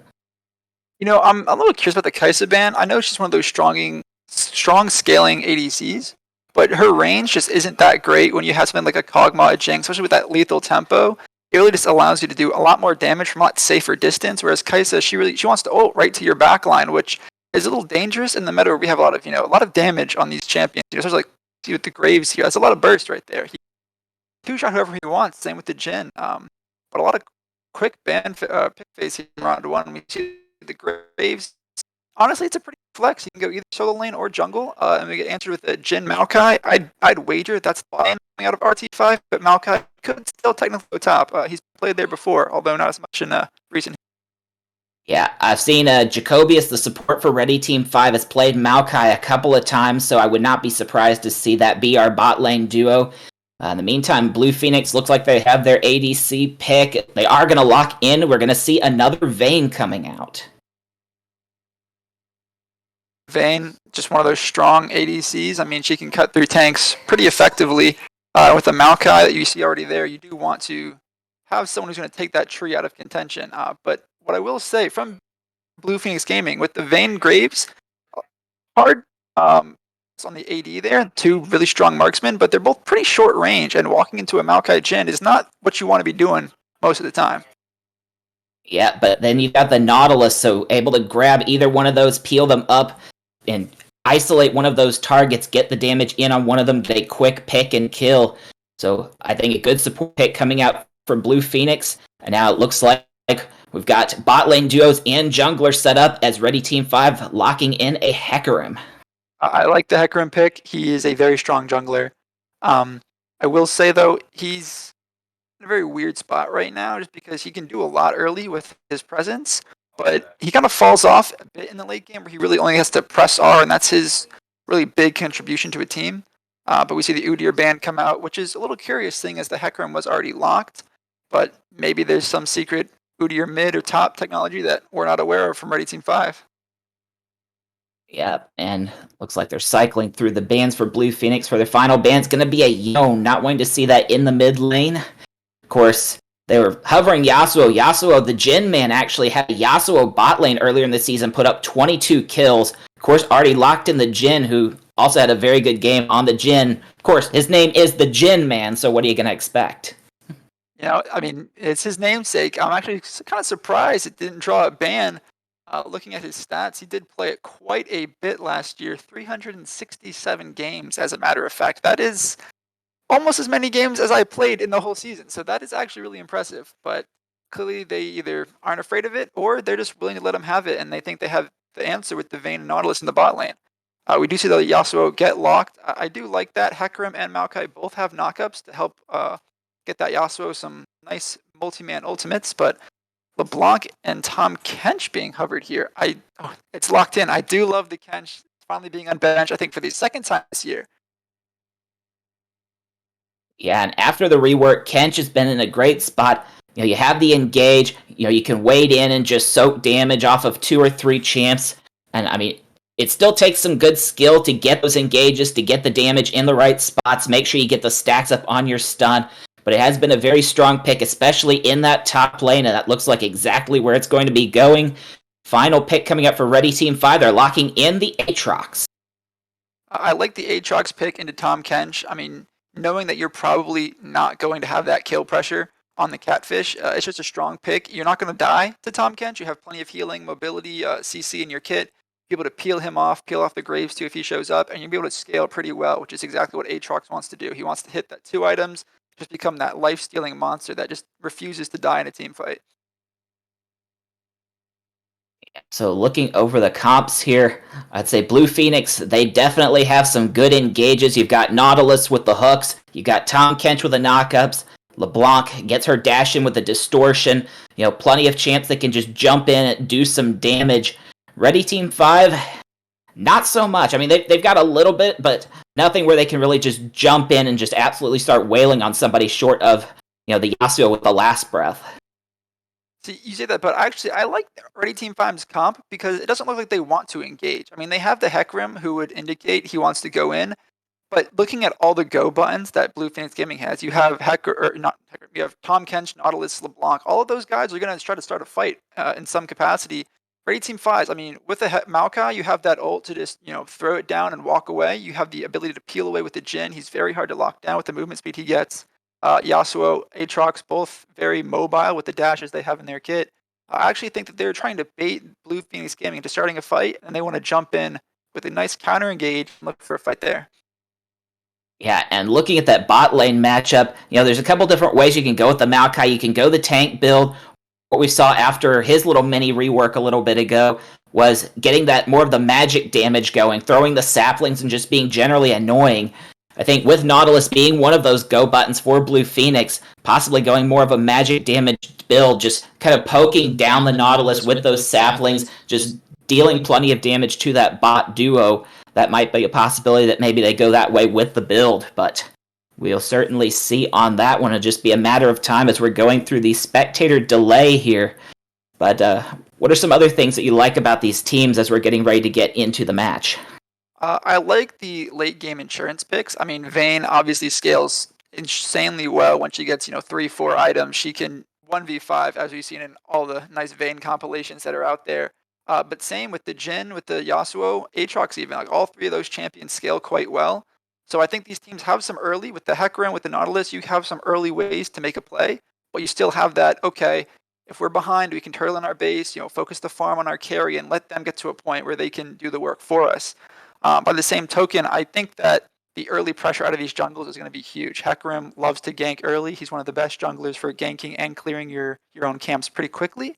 So I would like to see him make some moves early, but at the same token, the Graves, he has a pretty good clear. I like to see him invade the Hecarim because I think he wins that 1v1, and I would love to see some jungle skirmishes by this Graves being a little aggressive going into the jungle. Yeah, absolutely. Looking at these lanes, we see a lot of lanes where I wouldn't say that any of these lanes really have like an absolute bona fide, snowball, easy. I'm losing my word here, but just, immediate advantage. That's what I'm going for here. So it really is going to be on the jungle to, pick a lane and roll with it, get somebody ahead, and then push that around the map. So as you said, the Graves, the Hecarim, that is going to be a critical matchup that we're going to be looking at in the early gaming. You think we might see the possibility of an invade on one of these two teams? I definitely think it's always a possibility when you pick something like a Nautilus. You have those hook engage supports that can just take an ability level 1, combine it with his auto attack. I think that's something like 2 seconds of CC, you get level 1. Not to mention if the LeBlanc wants to start her chain or Vayne wants to go condemn. I mean, you have options to do it. And if you look at Ready Team 5, I mean, it's 4 melees and a Jhin. That's a great option to walk into because at worst, have the range advantage, and you can at least force them out of their own jungle and declare vision control, so you know exactly where their jungler's starting, and your jungler can path how he feels appropriate. Um, I like what you said about there's no real winning matchups here in any of these lanes. I think the majority of them are a skill matchup. I mean, LeBlanc Yasuo, she has the range, but he has a wind wall and a dash. He can just do what he wants in that lane without really being locked down too heavily. And they Nautilus are going to have a hard time with the Maokai Jhin. There's a lot of ways to just disengage from those two champions. And like I said before, the Tom Kench he's not really easy to kill. The shield, the Abyssal Vorage, it's just really difficult to really stop him in his tracks and force him to die. Yeah, and you're talking about the invade with the Nautilus with the level 1. Nautilus combined into Tom Kench, because if you put the Q up early level 1, you get chain into root, start applying some stacks, and then add a stun. I mean, Braum is usually, I'd say, one of the ones that you have like the strongest level 1 if you do something with an invade, because everybody can apply those stacks. It's not quite as fast with the Tom Kench because he's the only one that can apply the stacks. But if you add that stun, just chain that CC even deeper. If you get somebody pulled out of that crowd, that could be an invade, that could be a quick first blood. But it just depends on what the decision making is there. But anything that Grace can do to Hecarim, because, I mean, as you said, both of these junglers really going to like getting around the map, getting the ganks in. But I think Hecarim's got just a little bit of a speed advantage. He likes to zoom around the map. We'll see what he takes for the Keystone. I've seen some Hecarims with Predator. I don't know if Predator is necessarily the go-to, but we have seen it. But doesn't really need it, has plenty of speed to get around. So I think Graves is going to have to be after more kind of pick a lane and stick with it. Hecarim could be almost anywhere. Yeah, I mean, the Predator, I think, is probably just the best on Hecarim because he gets extra damage from the speed, which is obviously what you want. And it's just that ability to gank even more. I mean, you go Ingenious Hunter with Predator, and then you get the movement speed runes on your secondary, and you are just flying around the map. You can gank top, and 10 seconds later, you're mid lane. And that's really hard to deal with as a laner. I mean, usually it's a jungler. You're like, okay, we just got ganked top. You got about 15 seconds. Still, he could be at your mid lane. But with Hecarim's ability to just move so quickly, he can really just apply that pressure everywhere and then get back to his own jungle farm. He has the AoE on the Q and W. Graves, he takes the camps a little bit slower, but it takes him a lot healthier. And I would think that Graves is probably going to want to just stay away from the Tom Kench. I don't think that top lane is his win condition in any capacity. And I would very much like to see him work with his mid lane and his bot lane. There's hard CC in the LeBlanc and the Nautilus. And I think that's where Graves needs to play to really maximize his worth as a jungler in this game.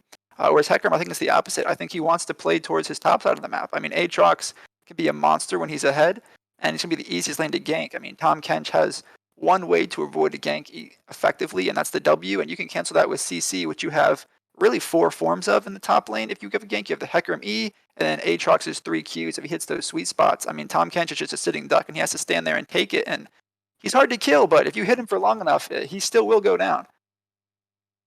Yeah, indeed he will. Let's see, while we're had a couple of issues. We're having a couple issues on the back end of things. While we're waiting for them to get a couple things sorted out, I personally I casted a few days because of the holiday, but we've had the preseason. Last time I casted, it seemed like the teams that I had, they weren't quite comfortable yet with the new items. We didn't see a lot of them. We didn't see a lot of the new runes. What do you think we might see if we might see some of the new items on some of these folks coming out? I'm thinking with the Nautilus, maybe we see an Even Shroud, possibly first item, because you have a couple different ways to immobilize and get that damage amplification in addition to that go button, which you already mentioned. Even Shroud, I think, is definitely an option for Nautilus. He has a lot of CC in his kit. Even Shroud benefits you and your team with that. I think we could see, I don't know, it's the tank item that builds out of tier. I think we could see that on the Tom Kench here potentially. And maybe winner, even, maybe even on the Maokai, depending on if he opts for the AP or the damage build or the tank build. I don't think we'll see a crown out of LeBlanc. I think that Luden's is just so much better on her for the burst potential.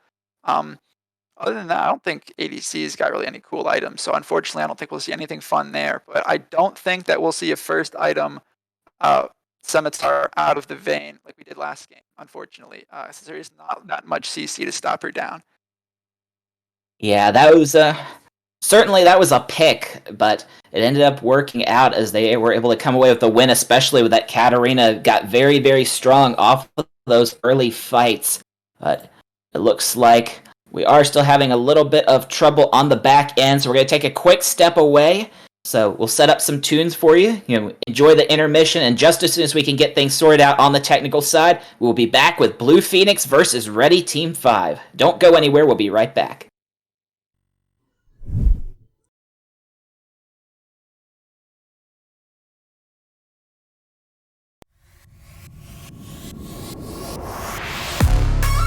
KDA, should we show them how we do it every day?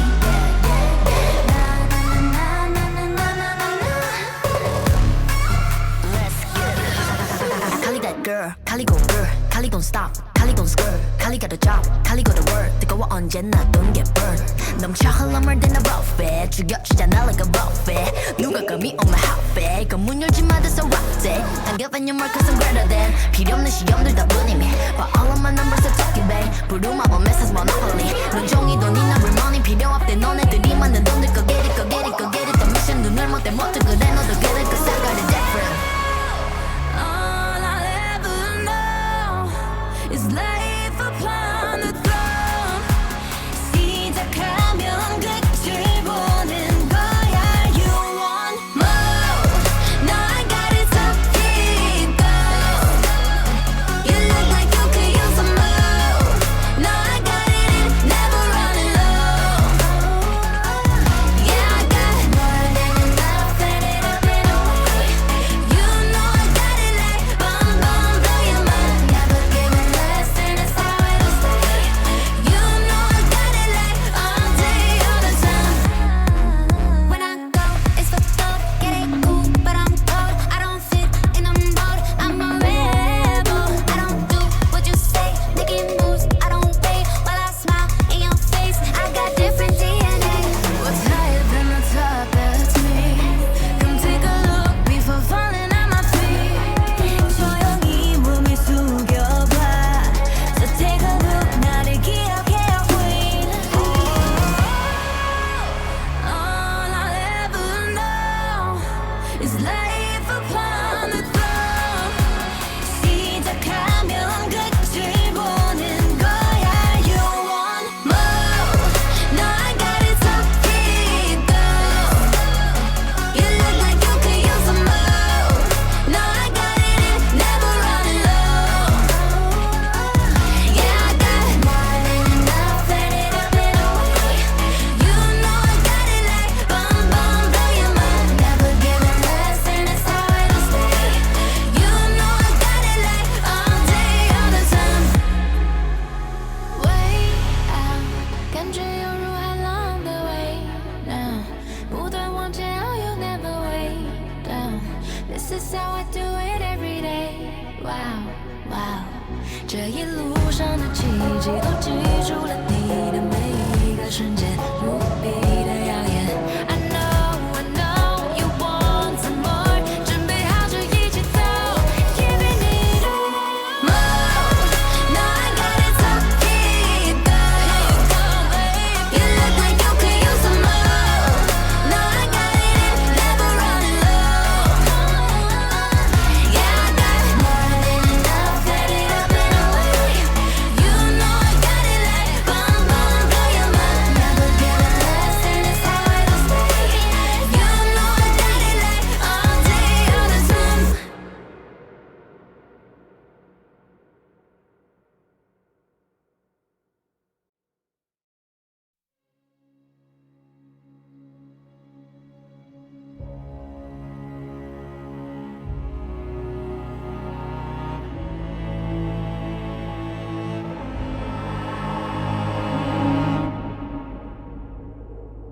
As a child, you would wait and watch from far away, but you always knew that you'd be the one that would while they all play. And you'd lay awake at night and scheme of all the things that you would change, but it was just a dream.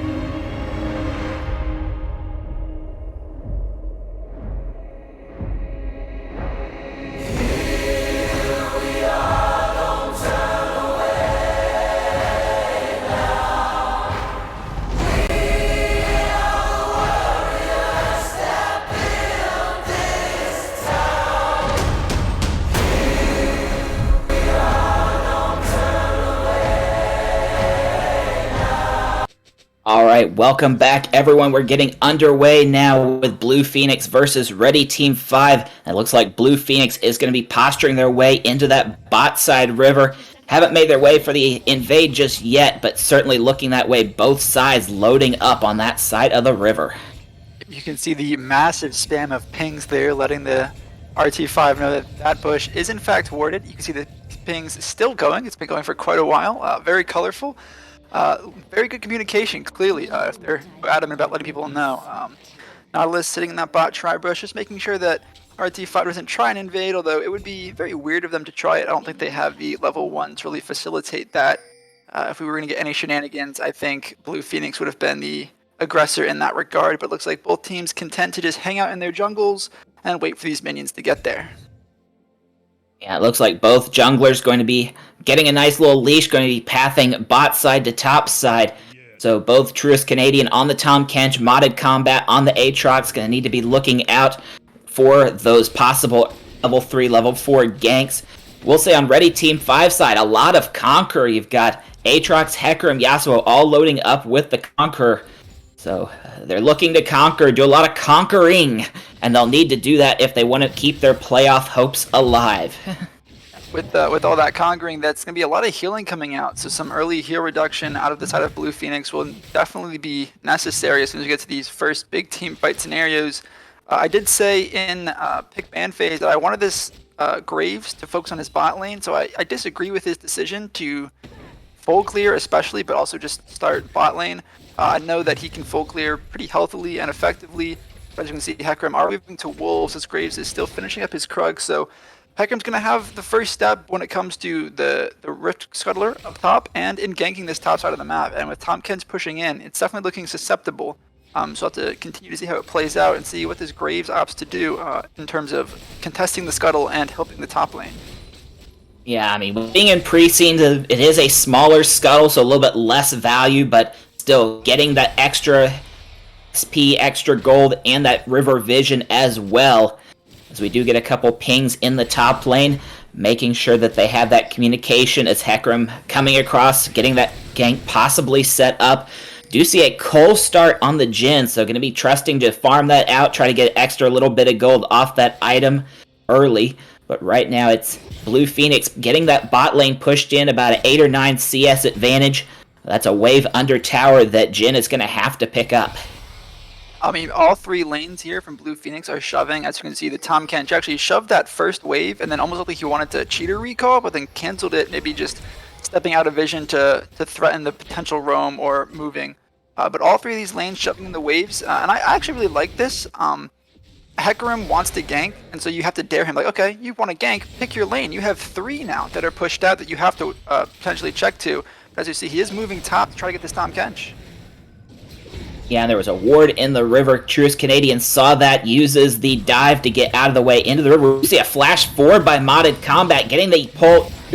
Plenty of damage going down, has to pop the shield. But Indigo is there with the Graves and it's going to get him out. But here comes Darkrai on the Yasuo. Going to dash in. Getting a couple shots of damage. Another Q. First blood to the Yasuo. Darkrai going to pay for it. It's a 1-for-1 so far, but the fight continues. As simple as a flash forward by Linguini. And the LeBlanc will get Hecarim and knock that down. So it's 2-for-1 in favor of Blue Phoenix. And just, I feel an unnecessary step forward from the Aatrox. I mean, you force the Tom Kench to Abyssal Voyage into the river, but you have to assume that Graves is coming there, and that's why he's going to the river, is to get support from his jungler. You forced him out of lane, you have a big wave, just go ahead and crash it, keep him out of the lane. That flash forward, I mean, it's nice, it gets your Yasuo the kill, because he had the prio on the roam, but that 3v3 just obviously goes poorly, and they trade over 2 kills, and now they're already in a 600 gold deficit. It's an early hole they're going to have to dig themselves out of. And it looks like we're going to get a follow on Indigo with the Graves moving across as Aatrox with no flash is going to have to back away. Did have a ward in the river, saw it, but still going to soak a bunch of damage trying to get back under tower. Taken to about half, but looks like we'll walk away safely back to his wave. Yeah, I mean, good moves by the Aatrox. We said it earlier. I mean, he's going to be hard to get with a Tom Kench and Graves, although if he steps up like this, Graves could actually potentially re-gank. Nope, going to finish the back. Yeah, Aatrox hard to get on. He has the dash, he has 3 knockups, he has a slow/pull in the W. mean, it's going to be hard to lock him down. Even without that flash, you can see he's able to kind of kite them away and get back to his tower pretty healthily. Graves now does finish the first recall. He's going back onto the map towards his bot side. We see Hecarim already top again, finishing out his second clear on the jungle as a whole, already up 8 CS over the Graves, but Graves does have a kill over him. So the gold is a little bit even there. Yeah, right now pretty even in the mid lane as well. Both laners got a kill out of that. Right now bot lane just kind of content to farm it out, but it's Blue Phoenix continuing to try to shove this in. They haven't been able to get it completely under tower, but have gotten a nice CS advantage. It looks like about 3 waves worth of advantage that Alberio on the Vayne has got over the Jhin Man. So we'll see. They do have Prio here. We do have the Infernal Dragon has been up for about a minute or so. Graves is on that bottom side. So we'll see if they can take that priority and turn it into a first dragon here. I'm actually surprised I didn't go for it earlier. Graves saw the Hecarim show on a ward in top try right as he was going towards his Krugs. At that point, you immediately just turn face. You just walk right to the dragon and take us. Your bot and mid already had Prio. But as you can see, they are going to get on it now, and they should get it without too much difficulty. The pings are out, but I don't think Hecarim's going to get to the dragon fast enough for them to even contest this, especially with LeBlanc having the Prio on the move, which is a bigger wave set up against this Yasuo, which is actually looking to trade on him now. Yeah, it looks like that Ready Team 5 is posturing for this 3v3 here. They had to give the dragon, but they're going to try to follow it with some kills as Alberio gets ignited, having to try to work his way out. Aurel looks like it's going to be the sacrificial lamb is going to go down. That's a kill for the Jhin Man. Indigo going to get chased down, but Graves has some open space. Linguini with a re-engage is going to back off now, but he's getting collapsed on by Darkrai. There's a root coming through from the Jhin Man. Darkrai following through. One more Q should do it. Hecarim going to finish that off. Gets a kill there, but it's traded right back. Jacobius goes down, but it's a double kill for Simple on the Hecarim, and Ready 5 swing that one back. They do lose the dragon, but they get a couple of good kills out of this one, up 4 kills to 3 at the moment. I mean, it's a very interesting. I mean, I like the idea there. You know that they're on the dragon and they're going to take it, and they're likely going to be low. I mean, they've took some damage from the Drake, and then just move in immediately afterward, try to force them. Like, okay, you have the dragon, but now we've caught you in a weird spot where you want to reset, but we can actually look to start a fight, and they trade it pretty well. They get actually a 3-2 trade in their favor, and they actually are now up 1,000 gold, which is pretty good this early in the game. I'd be curious to see where exactly all that gold sits. Obviously, Hecarim with 2-1, he has a shutdown. He's probably sitting on a good chunk of gold, especially with the 12 CS lead over the Graves. I'm actually curious how close he is to his Mythic already. 2 components finished. He's likely pretty well on his way to that third one. Yep, even has the third one, so very close to that Sunderer finish already. We're only 8 minutes in. Yeah, Graves got a couple of good components there too. Has the serrated Dirk, has the Warhammer. And we do see Truest Canadian on the Tom Kench building the armor, already has the Bramble Vest as well. With considering you have the Iron Spike whip on Aatrox, look like could possibly building maybe into a Gore Drinker or something. You've already got Life Steal on the Yasuo. That heal cut is going to be very useful as we get deeper into this game. And looks like so far the Tom Kench doing pretty good work. Still has about a couple wave advantage. You know, pretty even in the jungle. An extra kill on the Hecarim. And, you know, just kind of fairly even across the map with the exception in that bot lane. A ton of extra CS onto that Vayne. But it is Ready Team 5 with just about a 500 or so gold advantage. It has narrowed a little bit. As Simple going to clear this ward, but is spotted on it. And so no gank going to happen out of that as the Tom Kench backed. No, I mean, we saw a 1,000 gold lead for RT5 at the conclusion of that dragon fight, but it's already shrunk down to about, it's only 800, but at one point it was 500. The farm here from Blue Phoenix Gaming is just so much better across the board, really. I mean, even the jungle, he's now up in farm. The Yasuo does have the one advantage, but the LeBlanc's kill more than makes up for that right now. But I mean, that bot lane I think is going to be interesting to watch. We see Jhin does have the kill, but that Vayne 24 farm, that's worth the kill. And with the cull out of the Jhin and how poorly he's farming, I mean that really puts him behind this early. As you can see, he's down 40 away from it, whereas Vayne is already closing in on where that cull would complete. As Yasuo is taking a nice fight here against LeBlanc. Yeah, right now at 10 minutes in, still having 40 stacks left on that cola. We get the exhaust coming down onto Darkrai, and just gets absolutely popped. Linguini picking up a kill. Now Simple caught in the wrong part of town, and that's a dead Hecarim in the river. We're going to get a curtain call from the Jhin. Linguini has to flash out of that to get out of the curtain cone. So it's going to survive for now. That's a couple quick kills, 2-0 for Blue Phoenix. And so getting themselves a little bit more of an advantage, but Indo getting caught here. Maokai, though, getting absolutely bursted down. Jacoby is able to walk away, but the Jhin Man left out hanging. RL, the Nautilus, getting the hook, getting the root, and it's taken down. Once again, Blue Phoenix continuing to press their advantages here. They've had some good skirmishes. They're now up 6 kills to 4, and that gold advantage now 1,000 in their favor. I mean, Graves picks up a turret putting off that fight, but I would have much preferred to see him rotate to the Herald.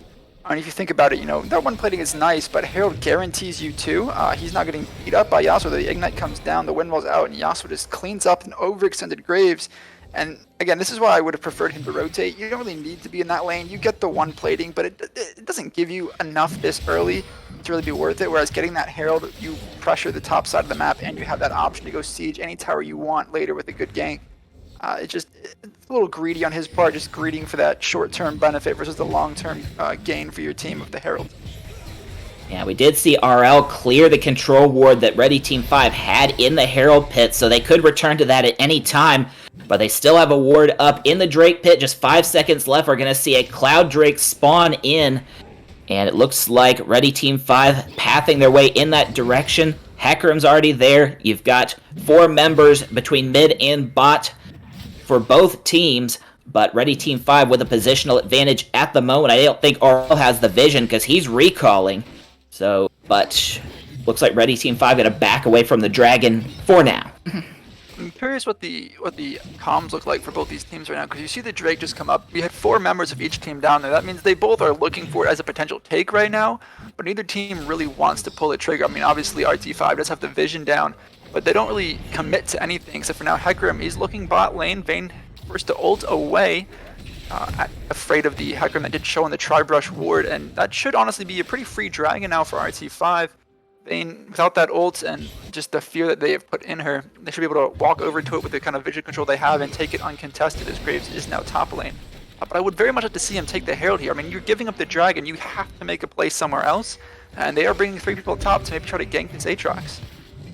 Yeah, it's going to be a Hextech Soul, but that's going to be a ways before we get to that, as Modded Combat getting knocked down, going to be taken low in the top lane, but we got skirmishes going all over the map as Alberio knocked down. The Aatrox does go down on the top side, another kill for Linguini, so it's 1-for-1 across map here, but RL is going to be caught in a tough spot. The Hecarim possibly circling around, going to try to take the red buff, and then they could look at a dive at that Nautilus on the bot side, but he has full health, so I think they're just going to focus on taking plates for now. About 30 seconds left of turret plates, so get what gold they can. Tom Kencha's TP down, trying to get this overextended bot lane here. Nautilus with the exhaust. Another TP getting answered here by the Aatrox. Damage is coming out. Tom Kench forced to voyage away, but Nautilus eats the stun here. A lot of damage coming out from RT5's time, but do they want to take for the dive? Hecarim is behind. These health bars are low, and they have a wave just about to crash, but Vayne does arrive. Maybe it's enough to scare off the team. It looks like it does. Hecarim is just walking away here. Yeah, although Ready Team 5, they've been committing a lot of resources to that bottom side. They've had 4 members down there for a good chunk of time. Darkrai rotated away and followed immediately by Modded Combat teleporting down. So we've had plenty of those skirmishes down on that bottom side, not a whole lot top. So once Aatrox gets back to the top, and have a nice couple waves to pick up, it's going to have some spare time before Truest Canadian can rotate back up top and rejoin that laning phase. No, I mean, it's definitely an interesting spot we're in now. I think that the whole play, honestly, favors BPG. They gave up Dragon 1 kill for 1 kill to get the Herald, and then they did try to have a nice collapse. It didn't ended up working out, but I don't think anybody died for it. So honestly, not the worst thing in the world. I think Herald a little bit more value than the Windrake this early in a game, but I don't think we will be seeing a second Herald this game, as the timers are just not going to line up for it. It was taken quite late, so he's going to need to find a good way to use that Herald, because if you're not going to get the platings with a Herald, you need to at least guarantee a full tower. Yeah, absolutely. And taking the Herald a little bit late, didn't get a chance to drop it before the plates went away, so that's gold left on the table. As Modern Combat going to try to engage on Truist Canadian, but has the Frostfire complete. I think he's just a little bit too tanky. He's going to pick him up, try to drag him back towards tower. I don't think that's going to work, but getting plenty of damage in on this Aatrox, has plenty of shield built up, but just not quite enough damage yet, as Aatrox only down to about half. So plenty of damage back and forth, but no kills there in the top lane. So we are starting to see those items completed through. Yasuo's got the shield bow. Hecarim does indeed have the Sundra you alluded to earlier. Maokai is going a little bit more of an AP build, has the Imperial Mandate built. Frostfire on the Tahm Kench. It's a little curious that Maokai chose Aftershock, but still went with the Imperial Mandate. I mean, the Aftershock would indicate he wants to be that tankier, maybe engage option for them. But Mandate is more of a throw the saplings, let them do the work for you. So I'm interested to see what the rest of his build path looks like. He might have just gone Mandate to swap right into a full tank build. I have seen stuff like that before, where your saplings do still hurt, but they also allow you to, the tankier build allows you to still be relevant in team fights later. Just going onto the carry and locking them down for a second as your team does the damage they need to do. Vayne, LeBlanc, Graves, all strong but susceptible to burst, which is how a lot of that is housed on RT5. If that Maokai can find a nice route and just lock someone down for a second, the Yasuo, the Aatrox, they can follow up with some good serious damage. Aatrox looking for a trade here on the Tahm Kench, still getting a lot of damage now, but Tom still has the shield if he needs it. He's just able to walk away here. Yeah, and that's the thing that we see from the itemization for Blue Phoenix. As we do get the Herald dropped, it's going to take a good chunk of that bottom tower. Maokai ult dropped. RL's going to be rooted. Darkrai wailing away. There's the last breath coming through, trying to get the damage on. Do we see the kill going through? Finally goes down. And it's going to be a 1-for-1 as Jacoby taken down. There's another kill coming across. Linguini on a killing spree, knocking down Darkrai. As once again, Tahm Kench getting engaged on, this time is going to get modded combat under the tower. The tower shot's coming through, and that is a kill for Truist Canadian. So across the map, that is a 3-for-1 in favor of Blue Phoenix. And with 20 seconds to this Hextech Dragon, they've got themselves in a good position to try to get some prio before that happens. I don't know if you noticed it or not, but Hecarim tried to ult in the bot lane, but actually got caught on the wall. It was a very ineffective ult, didn't hit anybody, didn't really provide any use for his team, so it's unfortunate there. It might have been able to turn the fight around for his team. As it stands though, the 3 kills for 1. You know, Yasuo did pick one up on the support, but LeBlanc, she's now 5-1, 400 gold bounty. She is a 12 stacked Magi. I do love to see the full item build. He's really going for broke here. He says, I don't care if I die, I am here for a good time and not a long time. Just wants to maximize the damage he can put out for his team right now. Yep, and they're going to get the first Hextech Dragon there. So attack speed for your melee, or for your AD folks. Ability haste for especially the LeBlanc. As Tahm Kench, a little bit too far extended, is going to get ganked by the Hecarim. No shield is going to stop that. Plenty of damage. And so that is a kill onto Truist Canadian. But on the other side of the map, Blue Phoenix does take the first turret, so they're going to get a little bit of gold bonus back for that. I mean, just a good play. You see the Hecarim show top, you know you're safe to just push into this wave, get that first tower, and on Vayne, you do want that damage as Yasuo is just getting blown up here. The shield bow comes out, but it's not going to be enough. That LeBlanc does much too much damage right now, and Graves, nice follow-up. The wind wall did stop him early, but he was able to put out the damage, just close in on the Yasuo. So minions dash through to get away. Yeah, and the damage just not enough for Darkrai. You know, had a couple good kills early, but look at the itemization coming out for Blue Phoenix. You've got armor boots on the Tahm Kench, on the Graves, on the Nautilus. You've got the Frostfire coming through for the Tahm Kench. That's so much damage that, I mean, most of Ready Team 5 is relatively heavy on the physical damage. They don't have a serious hardcore magic threat. I mean, you have Maokai saplings, but not a whole lot of magic damage otherwise. It's mostly AD, and that armor going to be doing a big job of blocking this as modded combat being forced under the tower. Tower taken to about half. I think they're going to be able to knock this one down. Not a whole lot this Aatrox can do. They don't have a wave just yet, but the Blue Phoenix does have a good siege going in the top lane. Might have a fight before it all goes down, but I think this tower is eventually going to go. No, I mean, you see the Maokai roam up to try to help hold this tower, but I mean, even if they're going to get the kill here, the tower is sitting on a couple hundred HP, and now Maokai is forced to go pushes ult to try to peel off, but now Tom Kench eats the Aatrox, doesn't quite die, but Aatrox gets the kill. Exhaust comes down. He's still alive with a sliver of HP. LeBlanc is looking for it, can't quite find it. He's able to heal just enough with that ult, and honestly, it's a good way to survive the dive, but now Maokai is going to get punished for it. He is forced to stay, and Graves just able to come up. Nice, easy kill, and they will stick at the tower when all is said and done. While Yasuo and Hecarim do try to trade. They get tier 1 on the bot side of the map, and they do have quite a big wave. There's pings on the top side for assistance. They might just want to force a base raise here. Just looks like teams are backing up, though. Taking away some jungle here. Moving in vision. Typical play here from a team that just secured a tower up top, as Aatrox does TP to catch the remnants of this wave up here.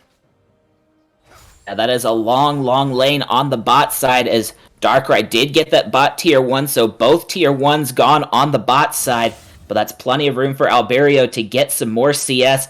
Has a great CS advantage over not just the man, but everyone in the game. Has the shield bow completed, and it looks like is going towards another crit item. Has the Zeal and a couple more swords stacked up. So only 2 and 1, hasn't been as involved as Linguini on the LeBlanc. But getting into that late game will have plenty of damage because that farm advantage is very, very good. Almost, not quite, but almost 10 CS on that Vayne. Very good farming. I know, I mean, the farm has been impeccable here, and that's really what you wanted out of your Vayne. I said I wanted to see Graves play bot side. He unfortunately did not do that as much as I had hoped he would, but Vayne did just fine on her own. She said, okay, if I'm not going to get the jungle help, I will sit here and scale up the best way you can, and that's being farm fed. Nautilus looking for the hook here, though. There's a trying to dive here, which is a little presumptuous. Not really something you want to do against this kind of team. Yeah, I think that was just more of a, going for a fish, see if anything came out of it. Nothing. It was just far enough. I think he ate one tower shot, but was able to walk away. And that's a good thing because Ready Team 5 was ready to 5-stack that mid lane. As we get Jacobius caught in the wrong part of town, gets pulled over the wall, and then Linguini unstoppable, 7-1-4, 500 gold bounty, continuing to dish the damage. 22 stacks now on that Mejai's. Looks like building towards Azanias for the next item. Hecarim does ult in here, and Yasuo follows up with an ult of his own, but it's only on the support. Not a lot of damage there, as Hecarim is going to take the death under tower. Nautilus has a great hook on the Jhin, who's forced the Gale Force away, and they... it's a nice attempt there by RT5, but they were down numbers, and they got all their engaged really just on the support, which isn't what you want. Oh, what a great win while to save the Jhin man, but he's still forced to cancel his back and walk away. It was very close to taking him down too, and that would have been disastrous with how the game state is now. It could have been easy Baron with him gone. Yeah, as we see Jhin Man gonna drop a curtain call, trying to get something, anything out of this. Truest Canadian is gonna be taken down, but they get the return kill as Darkrai gets caught in the middle of a crowd, and now Jacoby is in the wrong part of town, is going to be able to walk away, had to burn Flash, and then Jhin Man also very low, so Blue Phoenix doing plenty of damage. Ready Team 5 just not able to get through the armor that Blue Phoenix has built, and it looks like Blue Phoenix, they are going to take the second Hextech Drake and put themselves to Soul Point, now over 3,000 gold in advantage for them at 23 minutes.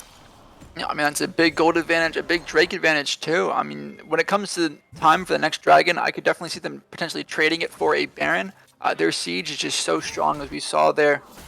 They got dived at under their tower by RT5 and still turned the fight in their favor for a kill and a tower and a half. So I would very much like to see them maybe make that play if they don't even go for the Baron earlier, which they, in all honesty, could do. But I think that trade, if it does come down to it, would be much more beneficial for them, as they're able to siege with the Baron into a very short range comp, as he also gets blown up but does plenty of damage of his own. Yeah, Linguini though, using the clone, using the distortion, bounce back wisely, able to get out. We do see the Mejai's almost fully stacked, did pick up an anti-heal, recognizing that Yasuo with the shield bow has plenty of healing sustain after a couple of items, but this Baron now going to be Blue Phoenix looking at the Baron, is down to about half health. We see Curtain Call coming out, gonna try for a steal. Hecarim coming across, it's not enough. Blue Phoenix has got it, now the fight going on. Darkrai's in the middle there, rooted. Vayne is shut down. Now it's going to be a 4v3 in the middle here. Simple trying to charge in, it's a double kill for Linguini. And now, We've got Aatrox caught in the wrong part of town. Jacoby is super low, going to have to walk away. But Indigo right on that has got a killing spree taken down for his troubles. But now Jin Man going to go down. Modded Combat, the only one left for Ready Team 5, has Truest Canadian all over him, dealing plenty of damage. Can't get anything going in return. There's the stun. There's some follow-ups. And there is the ace for Blue Phoenix. What a fight by Blue Phoenix. They make the Baron call. A little risky when it's still 5 members up, but they say, hey, you know, Yasuo's pretty chunked out. I think this is the time to go for it. And Hecarim, good attempts going over the wall. Hecarim pretty good for stealing with the way his ult is, but unfortunately not able to pick it up, and they just could not quite clean the fight. The armor picked up here by Blue Phoenix Gaming is just so hard to get through. I mean, that's the penalty you have when you pick a all AD comp. Maokai, the Imperial Mandate, but is still going tank, so he's not really going to be doing too much for you, and without someone like a Vayne who can ignore armor, it's just so hard to cut through the tanks of a Nautilus and a Tahm Kench, and even Graves, with how his kit works, he does get to stack from armor for free with his E. Yeah, and we get the sieging coming through now. Blue Phoenix looking to use that Baron advantage. We got a teleport coming through, Aatrox coming through, but now the tower's dead. It's a 3v4 here on the fight. Aatrox trying to get the damage through. Aurel low. Aurel is dead. Now, Truest Canadian, a little too low. Can't get the shield through in time. Will be shut down. So they give over 2 kills, but they got the tower. Linguini waiting in the wings. Gets the chain onto Darkrai. Is rooted. Darkrai going low, but Linguini just a little bit too long waiting there. He's going to have to try to get out. But it is the clone that got hit, but instead too close to the Jin Man, and Linguini, the max shutdown, going over to the Jin. Ready Team 5 getting a little bit back, but they could be losing the spot. Tier 2, Condemn coming through from Alberio, but just chewing up the Hecarim. A third to half of the health gone just in a matter of seconds. As now Indigo caught in the jungle, 2v1, Yasuo and Jacobius. Darkrai goes down. Jacobius now gets blinded. Indigo has the damage advantage, but now Hecarim cycling through. The ult comes through, and we're getting kills traded back and forth across the map. But Blue Phoenix, I think, still got the advantage out of that. They got 1 tower, and they chewed through about half of that bot tier 2. You know, I would agree to you, except for the fact they did have Baron, and so they had a nice Baron, and they got 1 tier 2 tower out of it, which is fine, but it's not as effective as it could have been with how much you committed top lane. You lost the 3v4. Vayne tries to get a bot tower, isn't able to, and then you end up dying with 2 people. You know, the Yasuo gets picked out in the trying to chase the Graves, who just blew him up with an auto attack. I don't think it's worth it for them. Obviously, they're still in the driver's seat with this game, with Dragon coming up in 40 seconds, but I would have liked to seen a better use of the Baron to maybe push for an inhibitor, at the very least crack open the base so you can put pressure somewhere while you fight for Soul. Yeah, certainly not the best execution, but the good news is the timing of that fight. They've had plenty of time to respawn. They're getting back onto the map as we see everyone rotating towards that Drake pit. 20 seconds away. The Hex Tech Soul on the line. Blue Phoenix looking to come away with that. Get that Chain Lightning ability in addition to that attack speed and ability haste. Ready Team 5 know they have to contest this. They've got 4 in the choke point. Modded Combat coming out of base is not able to join the fight as of yet. Drake is up. And we've got Blue Phoenix stacked around the pit. There's the fight coming through. RL gets brought in, but the Drake's already dead. And now the re-engage coming through. Jin Man is low. Jin Man having to walk away a quarter health. Darkrai caught on the wings. Can't get into the fight. Is getting knocked down by RL. As Linguini goes down early. That's a lot of damage gone for Blue Phoenix, but now Darkrai taking down Alberio. They trade away. It's still 3 for 3 going, but now Ready Team 5 is trying to turn the fight. RL goes down. There's just 1 left, and it's Truest Canadian trying to get something, but 3v1, Tahm Kench, this is not how you're going to do it. Uses the shield, can't get the Hex Tech going, and it's going to be an ace for Ready Team 5. They lose the soul, but they get the ace. That's some much-needed gold. They've closed the gap. It was about a 6,000 at one point. They've closed it down to now almost only 2,000 gold, Sis. I mean, that was an interesting fight. I mean, I liked what BPG did. They said, okay, Vayne and Graves, you guys take the dragon, the rest of us will zone them off in the choke. And it worked. They got the soul. But they just could not kill the Jhin. The burst fell a little bit short on him. He walked away, threw down the curtain call, was able to just do so much damage with it. While Yasuo was able to find a nice ult, and they just were able to take them down 1 by 1, killing the squishy members first, ignoring the Tahm Kench, who was trying his hardest to get back to the Jhin, but couldn't find a way through the team. And just well-played team fight. I mean, they played it front to back like you want to, and it worked out for them. They got the ace at the expense of the soul, but you can show you can win a fight like that. It gives you confidence moving forward. With Baron coming up here in 30 seconds, you want to repeat what you just did, and maybe you get the Baron out of it, and you turn this game on its head, and now you have the gold lead. Yeah, and if you're Blue Phoenix, I'm not sure if that was a fight that they necessarily had to take. They'd already taken the Dragon before they even went fully committing to that fight. I think they could have just taken the Drake and walked away from that. Instead, they decided to charge forward. They thought they had an advantage that they could press. But Ready Team 5, these last couple fights, been turning very well in their favor. As we see, especially Darkrai on the Yasuo has the second item coming through. That's a big power spike for Yasuo's when they hit that second crit item. But as a whole, Ready Team 5 is really swinging this back, but Modded Combat gets rooted, gets pulled in, and it's another kill for Indigo. As the Jin Man trying to get away, but is shut down by Indigo once again, racking up the kills for Blue Phoenix, and now they're going to set up a siege on this mid-inhibitor tower. Baron is up, but I think right now they're just going to go for the siege, see if they can get an inhibitor first. I was looking to brute force it with the tanky Tom Kench. I mean, that man could eat tower shots all day long. Just an unfortunate catch there against RT5. I mean, the Aatrox did get caught. That's kind of on him. I like that Jin stuck around to try to help, but when you're in a situation like that, you know, that's his fault for getting caught. You gotta walk away, because otherwise you put yourself in a very bad situation where now you're dead. Hecarim, though, tried to sit behind the team, maybe steal this Baron, but LeBlanc gonna force him out of it. Swing back over the Hextech gate, looking maybe ult in, maybe try round 2 for the steal, and he does not get it. Just a little bit short, left to 109 on it before Graves is able to finish it off. And now with Baron, BPG is gonna look to siege, maybe end this game. Yeah, that's just a little bit of a tactical issue for Ready Team 5. That's twice now that Simple has tried to come in and steal that. I mean, you have to try, but there's no follow-up from Ready Team 5. I mean, they had 2 members coming out of base. So I will say, in that situation, when you're in a game that you're behind, you don't necessarily want your team to follow up because you're going for a steal. The odds of you getting it aren't amazing necessarily. I mean, Hecarim, Lee Sin, they have some of the better chances to steal. But in that situation, you're not saying, oh, I'm going for this steal and then we're taking a fight. It's, I'm going to try to steal. You guys better hope I get it. Otherwise, it's a 4v5. Good luck. And so I don't mind it, you know, going for it without your team there, because in his mind, if he steals it, that's worth. Because now, with 4 members and a Baron, you could turtle really well. Unfortunately, that gamble doesn't pay off, and now it's a 4v5 with Baron on the other side on an effective team for sieging. yeah, I'm not necessarily saying take a fight out of that. I'm just saying, you know, there was no plan B because nobody was anywhere around. But Blue Phoenix, they didn't have a good run with a Baron last time. They're trying to brute force something 2v5 now. And Truist Canadian is just going to get bursted down before he can ever get to the fight. Now the rest of his teammates in trouble. Linguini already dead. That's a lot of damage gone. Kills trading back and forth. There's a curtain call. Jin from the back side. A double kill for Indigo. Triple kill for Indigo. That Graves just getting in the mix of things. Even though Linguini's been knocked down, Indigo has been coming through with a lot of that damage. We said Graves, once he gets rolling, has Lord Doms, the Collector, has so much damage, has almost full crit at this point. That Graves, 4 crit items, and a BF sword to boot. That is a ton of damage, a 12 kill Graves. And that fight was honestly not too bad from RT5. It was a little weird engaging on the Tom Kench, but in this situation, you're just taking what you can get and what's given to you, and that's an overextended top laner.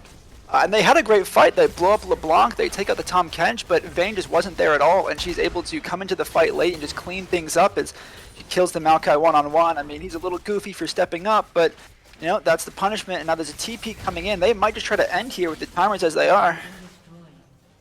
We do have Jin Man respawning. They got 4 members up for Ready Team 5, but they're going to have to push their way out of the base. They've lost an inhibitor here. Yeah, it did seem like an odd engage, and that's what we've seen out of the last couple fights. Linguini has gotten popped early. Ready Team 5 have made that LeBlanc a focus of their attack, but while LeBlanc got going early and still has a ton of damage, we've got a fight going here on the bot side. Once again, Truist Canadian leading the line. It goes godlike, knocks down his opposite number. Darkrai's low, rooted, and dead. And so does the Jin Man go. So that is 4 members knocked down. The Aatrox left to defend the home fires. Finally, you got Jacobius coming up as well. And so now we see the pings going out. Bottom inhibitor tower going down. Inhibitor soon to follow. 30 seconds left on this. The Baron buff's gone, but let's see if they try to push with this 30 seconds, see if they can take a Nexus tower. I very much think this is just going to be game here. You have too much tankiness. You just tank these towers all day. Maokai going to fall to Indigo here. And this is just going to be game. BPG with a nice kill. Oh, Ariel diving the Nexus. Does dive for it, unfortunately, but this is going to be game end for BPG. A very strong win here. Yeah, I mean, they've had great contributions out of their whole team. As I said, Linguini got plenty of damage early, actually had a max bounty going before they eventually did get shut down. But by that point, they had kind of drugged the rest of their team forward with them. Alberio ends up 7-3-9, did great work. 14 kills on the Graves. Had complete full crit build by the end of things as we saw the Infinity Edge come through at the very end. But basically just dragging the rest of the team along with them. Linguini got ahead, then the rest of the team got ahead. They did have some unfortunate fights in that mid-game that Ready Team 5 was able to get some advantages. But once they got that soul, they got those Barons, well played around the objectives by Blue Phoenix, and they come through with their 5th win of the season. 5th win and a sweep of RT5. Nice, solid performance by them, and we're going to send it back to the analyst desk to break this game down further for y'all. Thank you all for joining us, and have a great rest of your evening. Oh, and my, what a game that was. It looked pretty solidly one-sided, Blue Phoenix Gaming, just being able to kind of win almost every one of their lanes. So just working very well together there. What do you think about the game, Goon? Oh, that was a really, really even game, like you said, for, I'd say, honestly, the first 20 minutes of the game. We saw the Baron attempt come through around, I think, 24 minutes. Yeah, the lanes were super evenly matched. I do think the Vayne took control of the farm there towards the end, but yeah, the first part of the game was really, really even. And it looks like we have Truest Canadian here. How are you feeling after that, man? He's not in yet. He's not in yet. That's my fault. We will be having Truest Canadian, the top laner for Blue Phoenix Gaming, coming to join us. So it is going to be some spicy stuff. But just overall, that game, I really liked the comp that they ended up picking. The Vayne, as I talked about on the analyst desk, was just super clean. And it's overall just a very nice champion to have. And there was just so much priority they had in every one of their lanes. Oh, yeah, that was a really good game. And I think the Hecarim getting super close to stealing both Barons, or just, he was trying to get in there. The second Baron especially, there was, I think, only 100 HP left on that steal attempt, so that maybe could have shifted things a little bit, but overall, yeah, just a really team fighting game coming out of BPG there. Yeah, very, very unfortunate. So hopefully we can get him, or hopefully we can get the interview in shortly. It looks like he's just finishing up with his side, with his team. And we can get into it because, honestly, hearing from this God Kench, I mean, if we're being real, this guy just popped off. Was just kind of did whatever he wanted top lane to the Aatrox. Yeah, and that seems to be a reoccurring trend for Tahm Kench right now. He's just so darn tanky. He does a lot of damage, and I was really surprised. At one point, he had consumed the Aatrox, and it felt like he held him for like 5 seconds. Was able just to walk him back under tower. LeBlanc was able to get in there and just finish off the damage. So it's Tahm Kench looking really good right now. And it does look like we have Truest Canadian here. How you doing, man? How you feeling after your 2 wins today? Feeling pretty good. I mean, they just made me the captain of the team recently, so that's great. And I love working with the draft on them today. I think I loved both of our drafts today. I think that's mainly where we win the game, is in the draft, and then you just play your champ like normal. I'm a big objective player. As you can see, we got souls today from the dragons, and I'm really liking the new dragons as well. But yeah, I'm really impressed with how Indigo played today. He farmed up really well, focused on the game, and was able to get those kills when we needed him to. Yeah, Indigo playing super well on both the Graves and the Kayn. Just overall, being that presence you guys needed around the map, just being everywhere every lane he needs to be, right place, right time, every time. Yeah, and especially in this recent game, our mid laner too loves to roam. And when we put him on these champs like LeBlanc, or sometimes we'll put him on Vex, and some other champs, but I don't want to spill all our secrets. But he does love to roam quite a bit, and it's impressive to see. He has 27 KP. He has more KP. He's the most KP, and it's really nice to see my mid laner being able to roam and have an impact on the wave, everything. When he got shut down, I engaged on the Aatrox, got him back some stacks on his Magi's, and he's in the right spot every single time. Yeah, and just overall, very well played from him. Going through that game, can you talk me through just like I guess just like the overall styles for both your drafts today, and what caused you to like maybe still prioritize like the Kaisa for your ADC in the first game, or maybe still sticking with that Conqueror on the Kayn? So for our Kaisa pick, we weren't really wanting to go Kaisa. We wanted to pick a sort of a different hyper carry, Jinx or Sivir. But our bot lane really made a clear point that Braum kind of makes it harder to play if we were to go, Xayah or Jinx or Sivir there. So we picked the Kaisa more to try and prevent our bot lane from getting completely stomped. And our ADC knows Kaisa. It's his favorite champ. And he excelled on it, and he knows how to play it well. Although I feel like I wanted to see Tristana today instead, but either one works in my opinion. It's fair. Tristana, a very powerful champion right now, but comfort prevails over everything. And again, we see it with your mid laner specifically and your jungler. They look very comfortable on these champions. While they are meta champions, it goes to show you get very comfortable, and you're able to pull out with these leads. Yeah, of course. And I do love putting my support on more of these CC's picks. I know I would like him to play Enchanter supports, but sometimes we draft not a lot of CC. I play the Camille, but that's not some considerable CC. So when we put him on his Leona, we put him on his Rakan or something else that gives us that CC. It really helps us control the fights around Dragon Pit a lot more than if we were to go with a Lulu or a Soraka in that case. On top of that, it also provides our team with a bit more of a tanky front line, and or it can protect our ADC in the case of against a dive like we saw with Hecarim Yasuo today. Yeah. Overall, very great games. Congrats to Blue Phoenix Gaming as a whole. You guys played very well. You move up to second place in your group, sitting at 5-2 now. Very nice standings. Only threat you guys have left is Glacial Carnage. They may be the real stopping force to you guys. Oh, 6-2? My apologies. 6-2.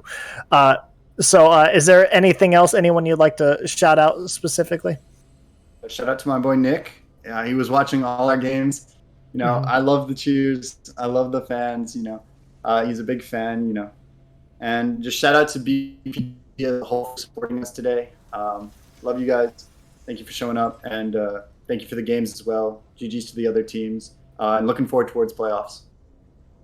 Oh, it's going to be spicy when these playoff teams get decided. We have a lot of competition in Mystic League here. I hope everyone can join us tomorrow. We have a game at 10 p.m. Eastern Time of Agents of Chaos and Archangel Esports. And I think it might be the only game tomorrow. So thank you, everyone, for showing up. Thanks for joining us for this nice doubleheader. Congrats again to the winning teams tonight. And I hope everyone has a good night. Bye, everyone. Bye.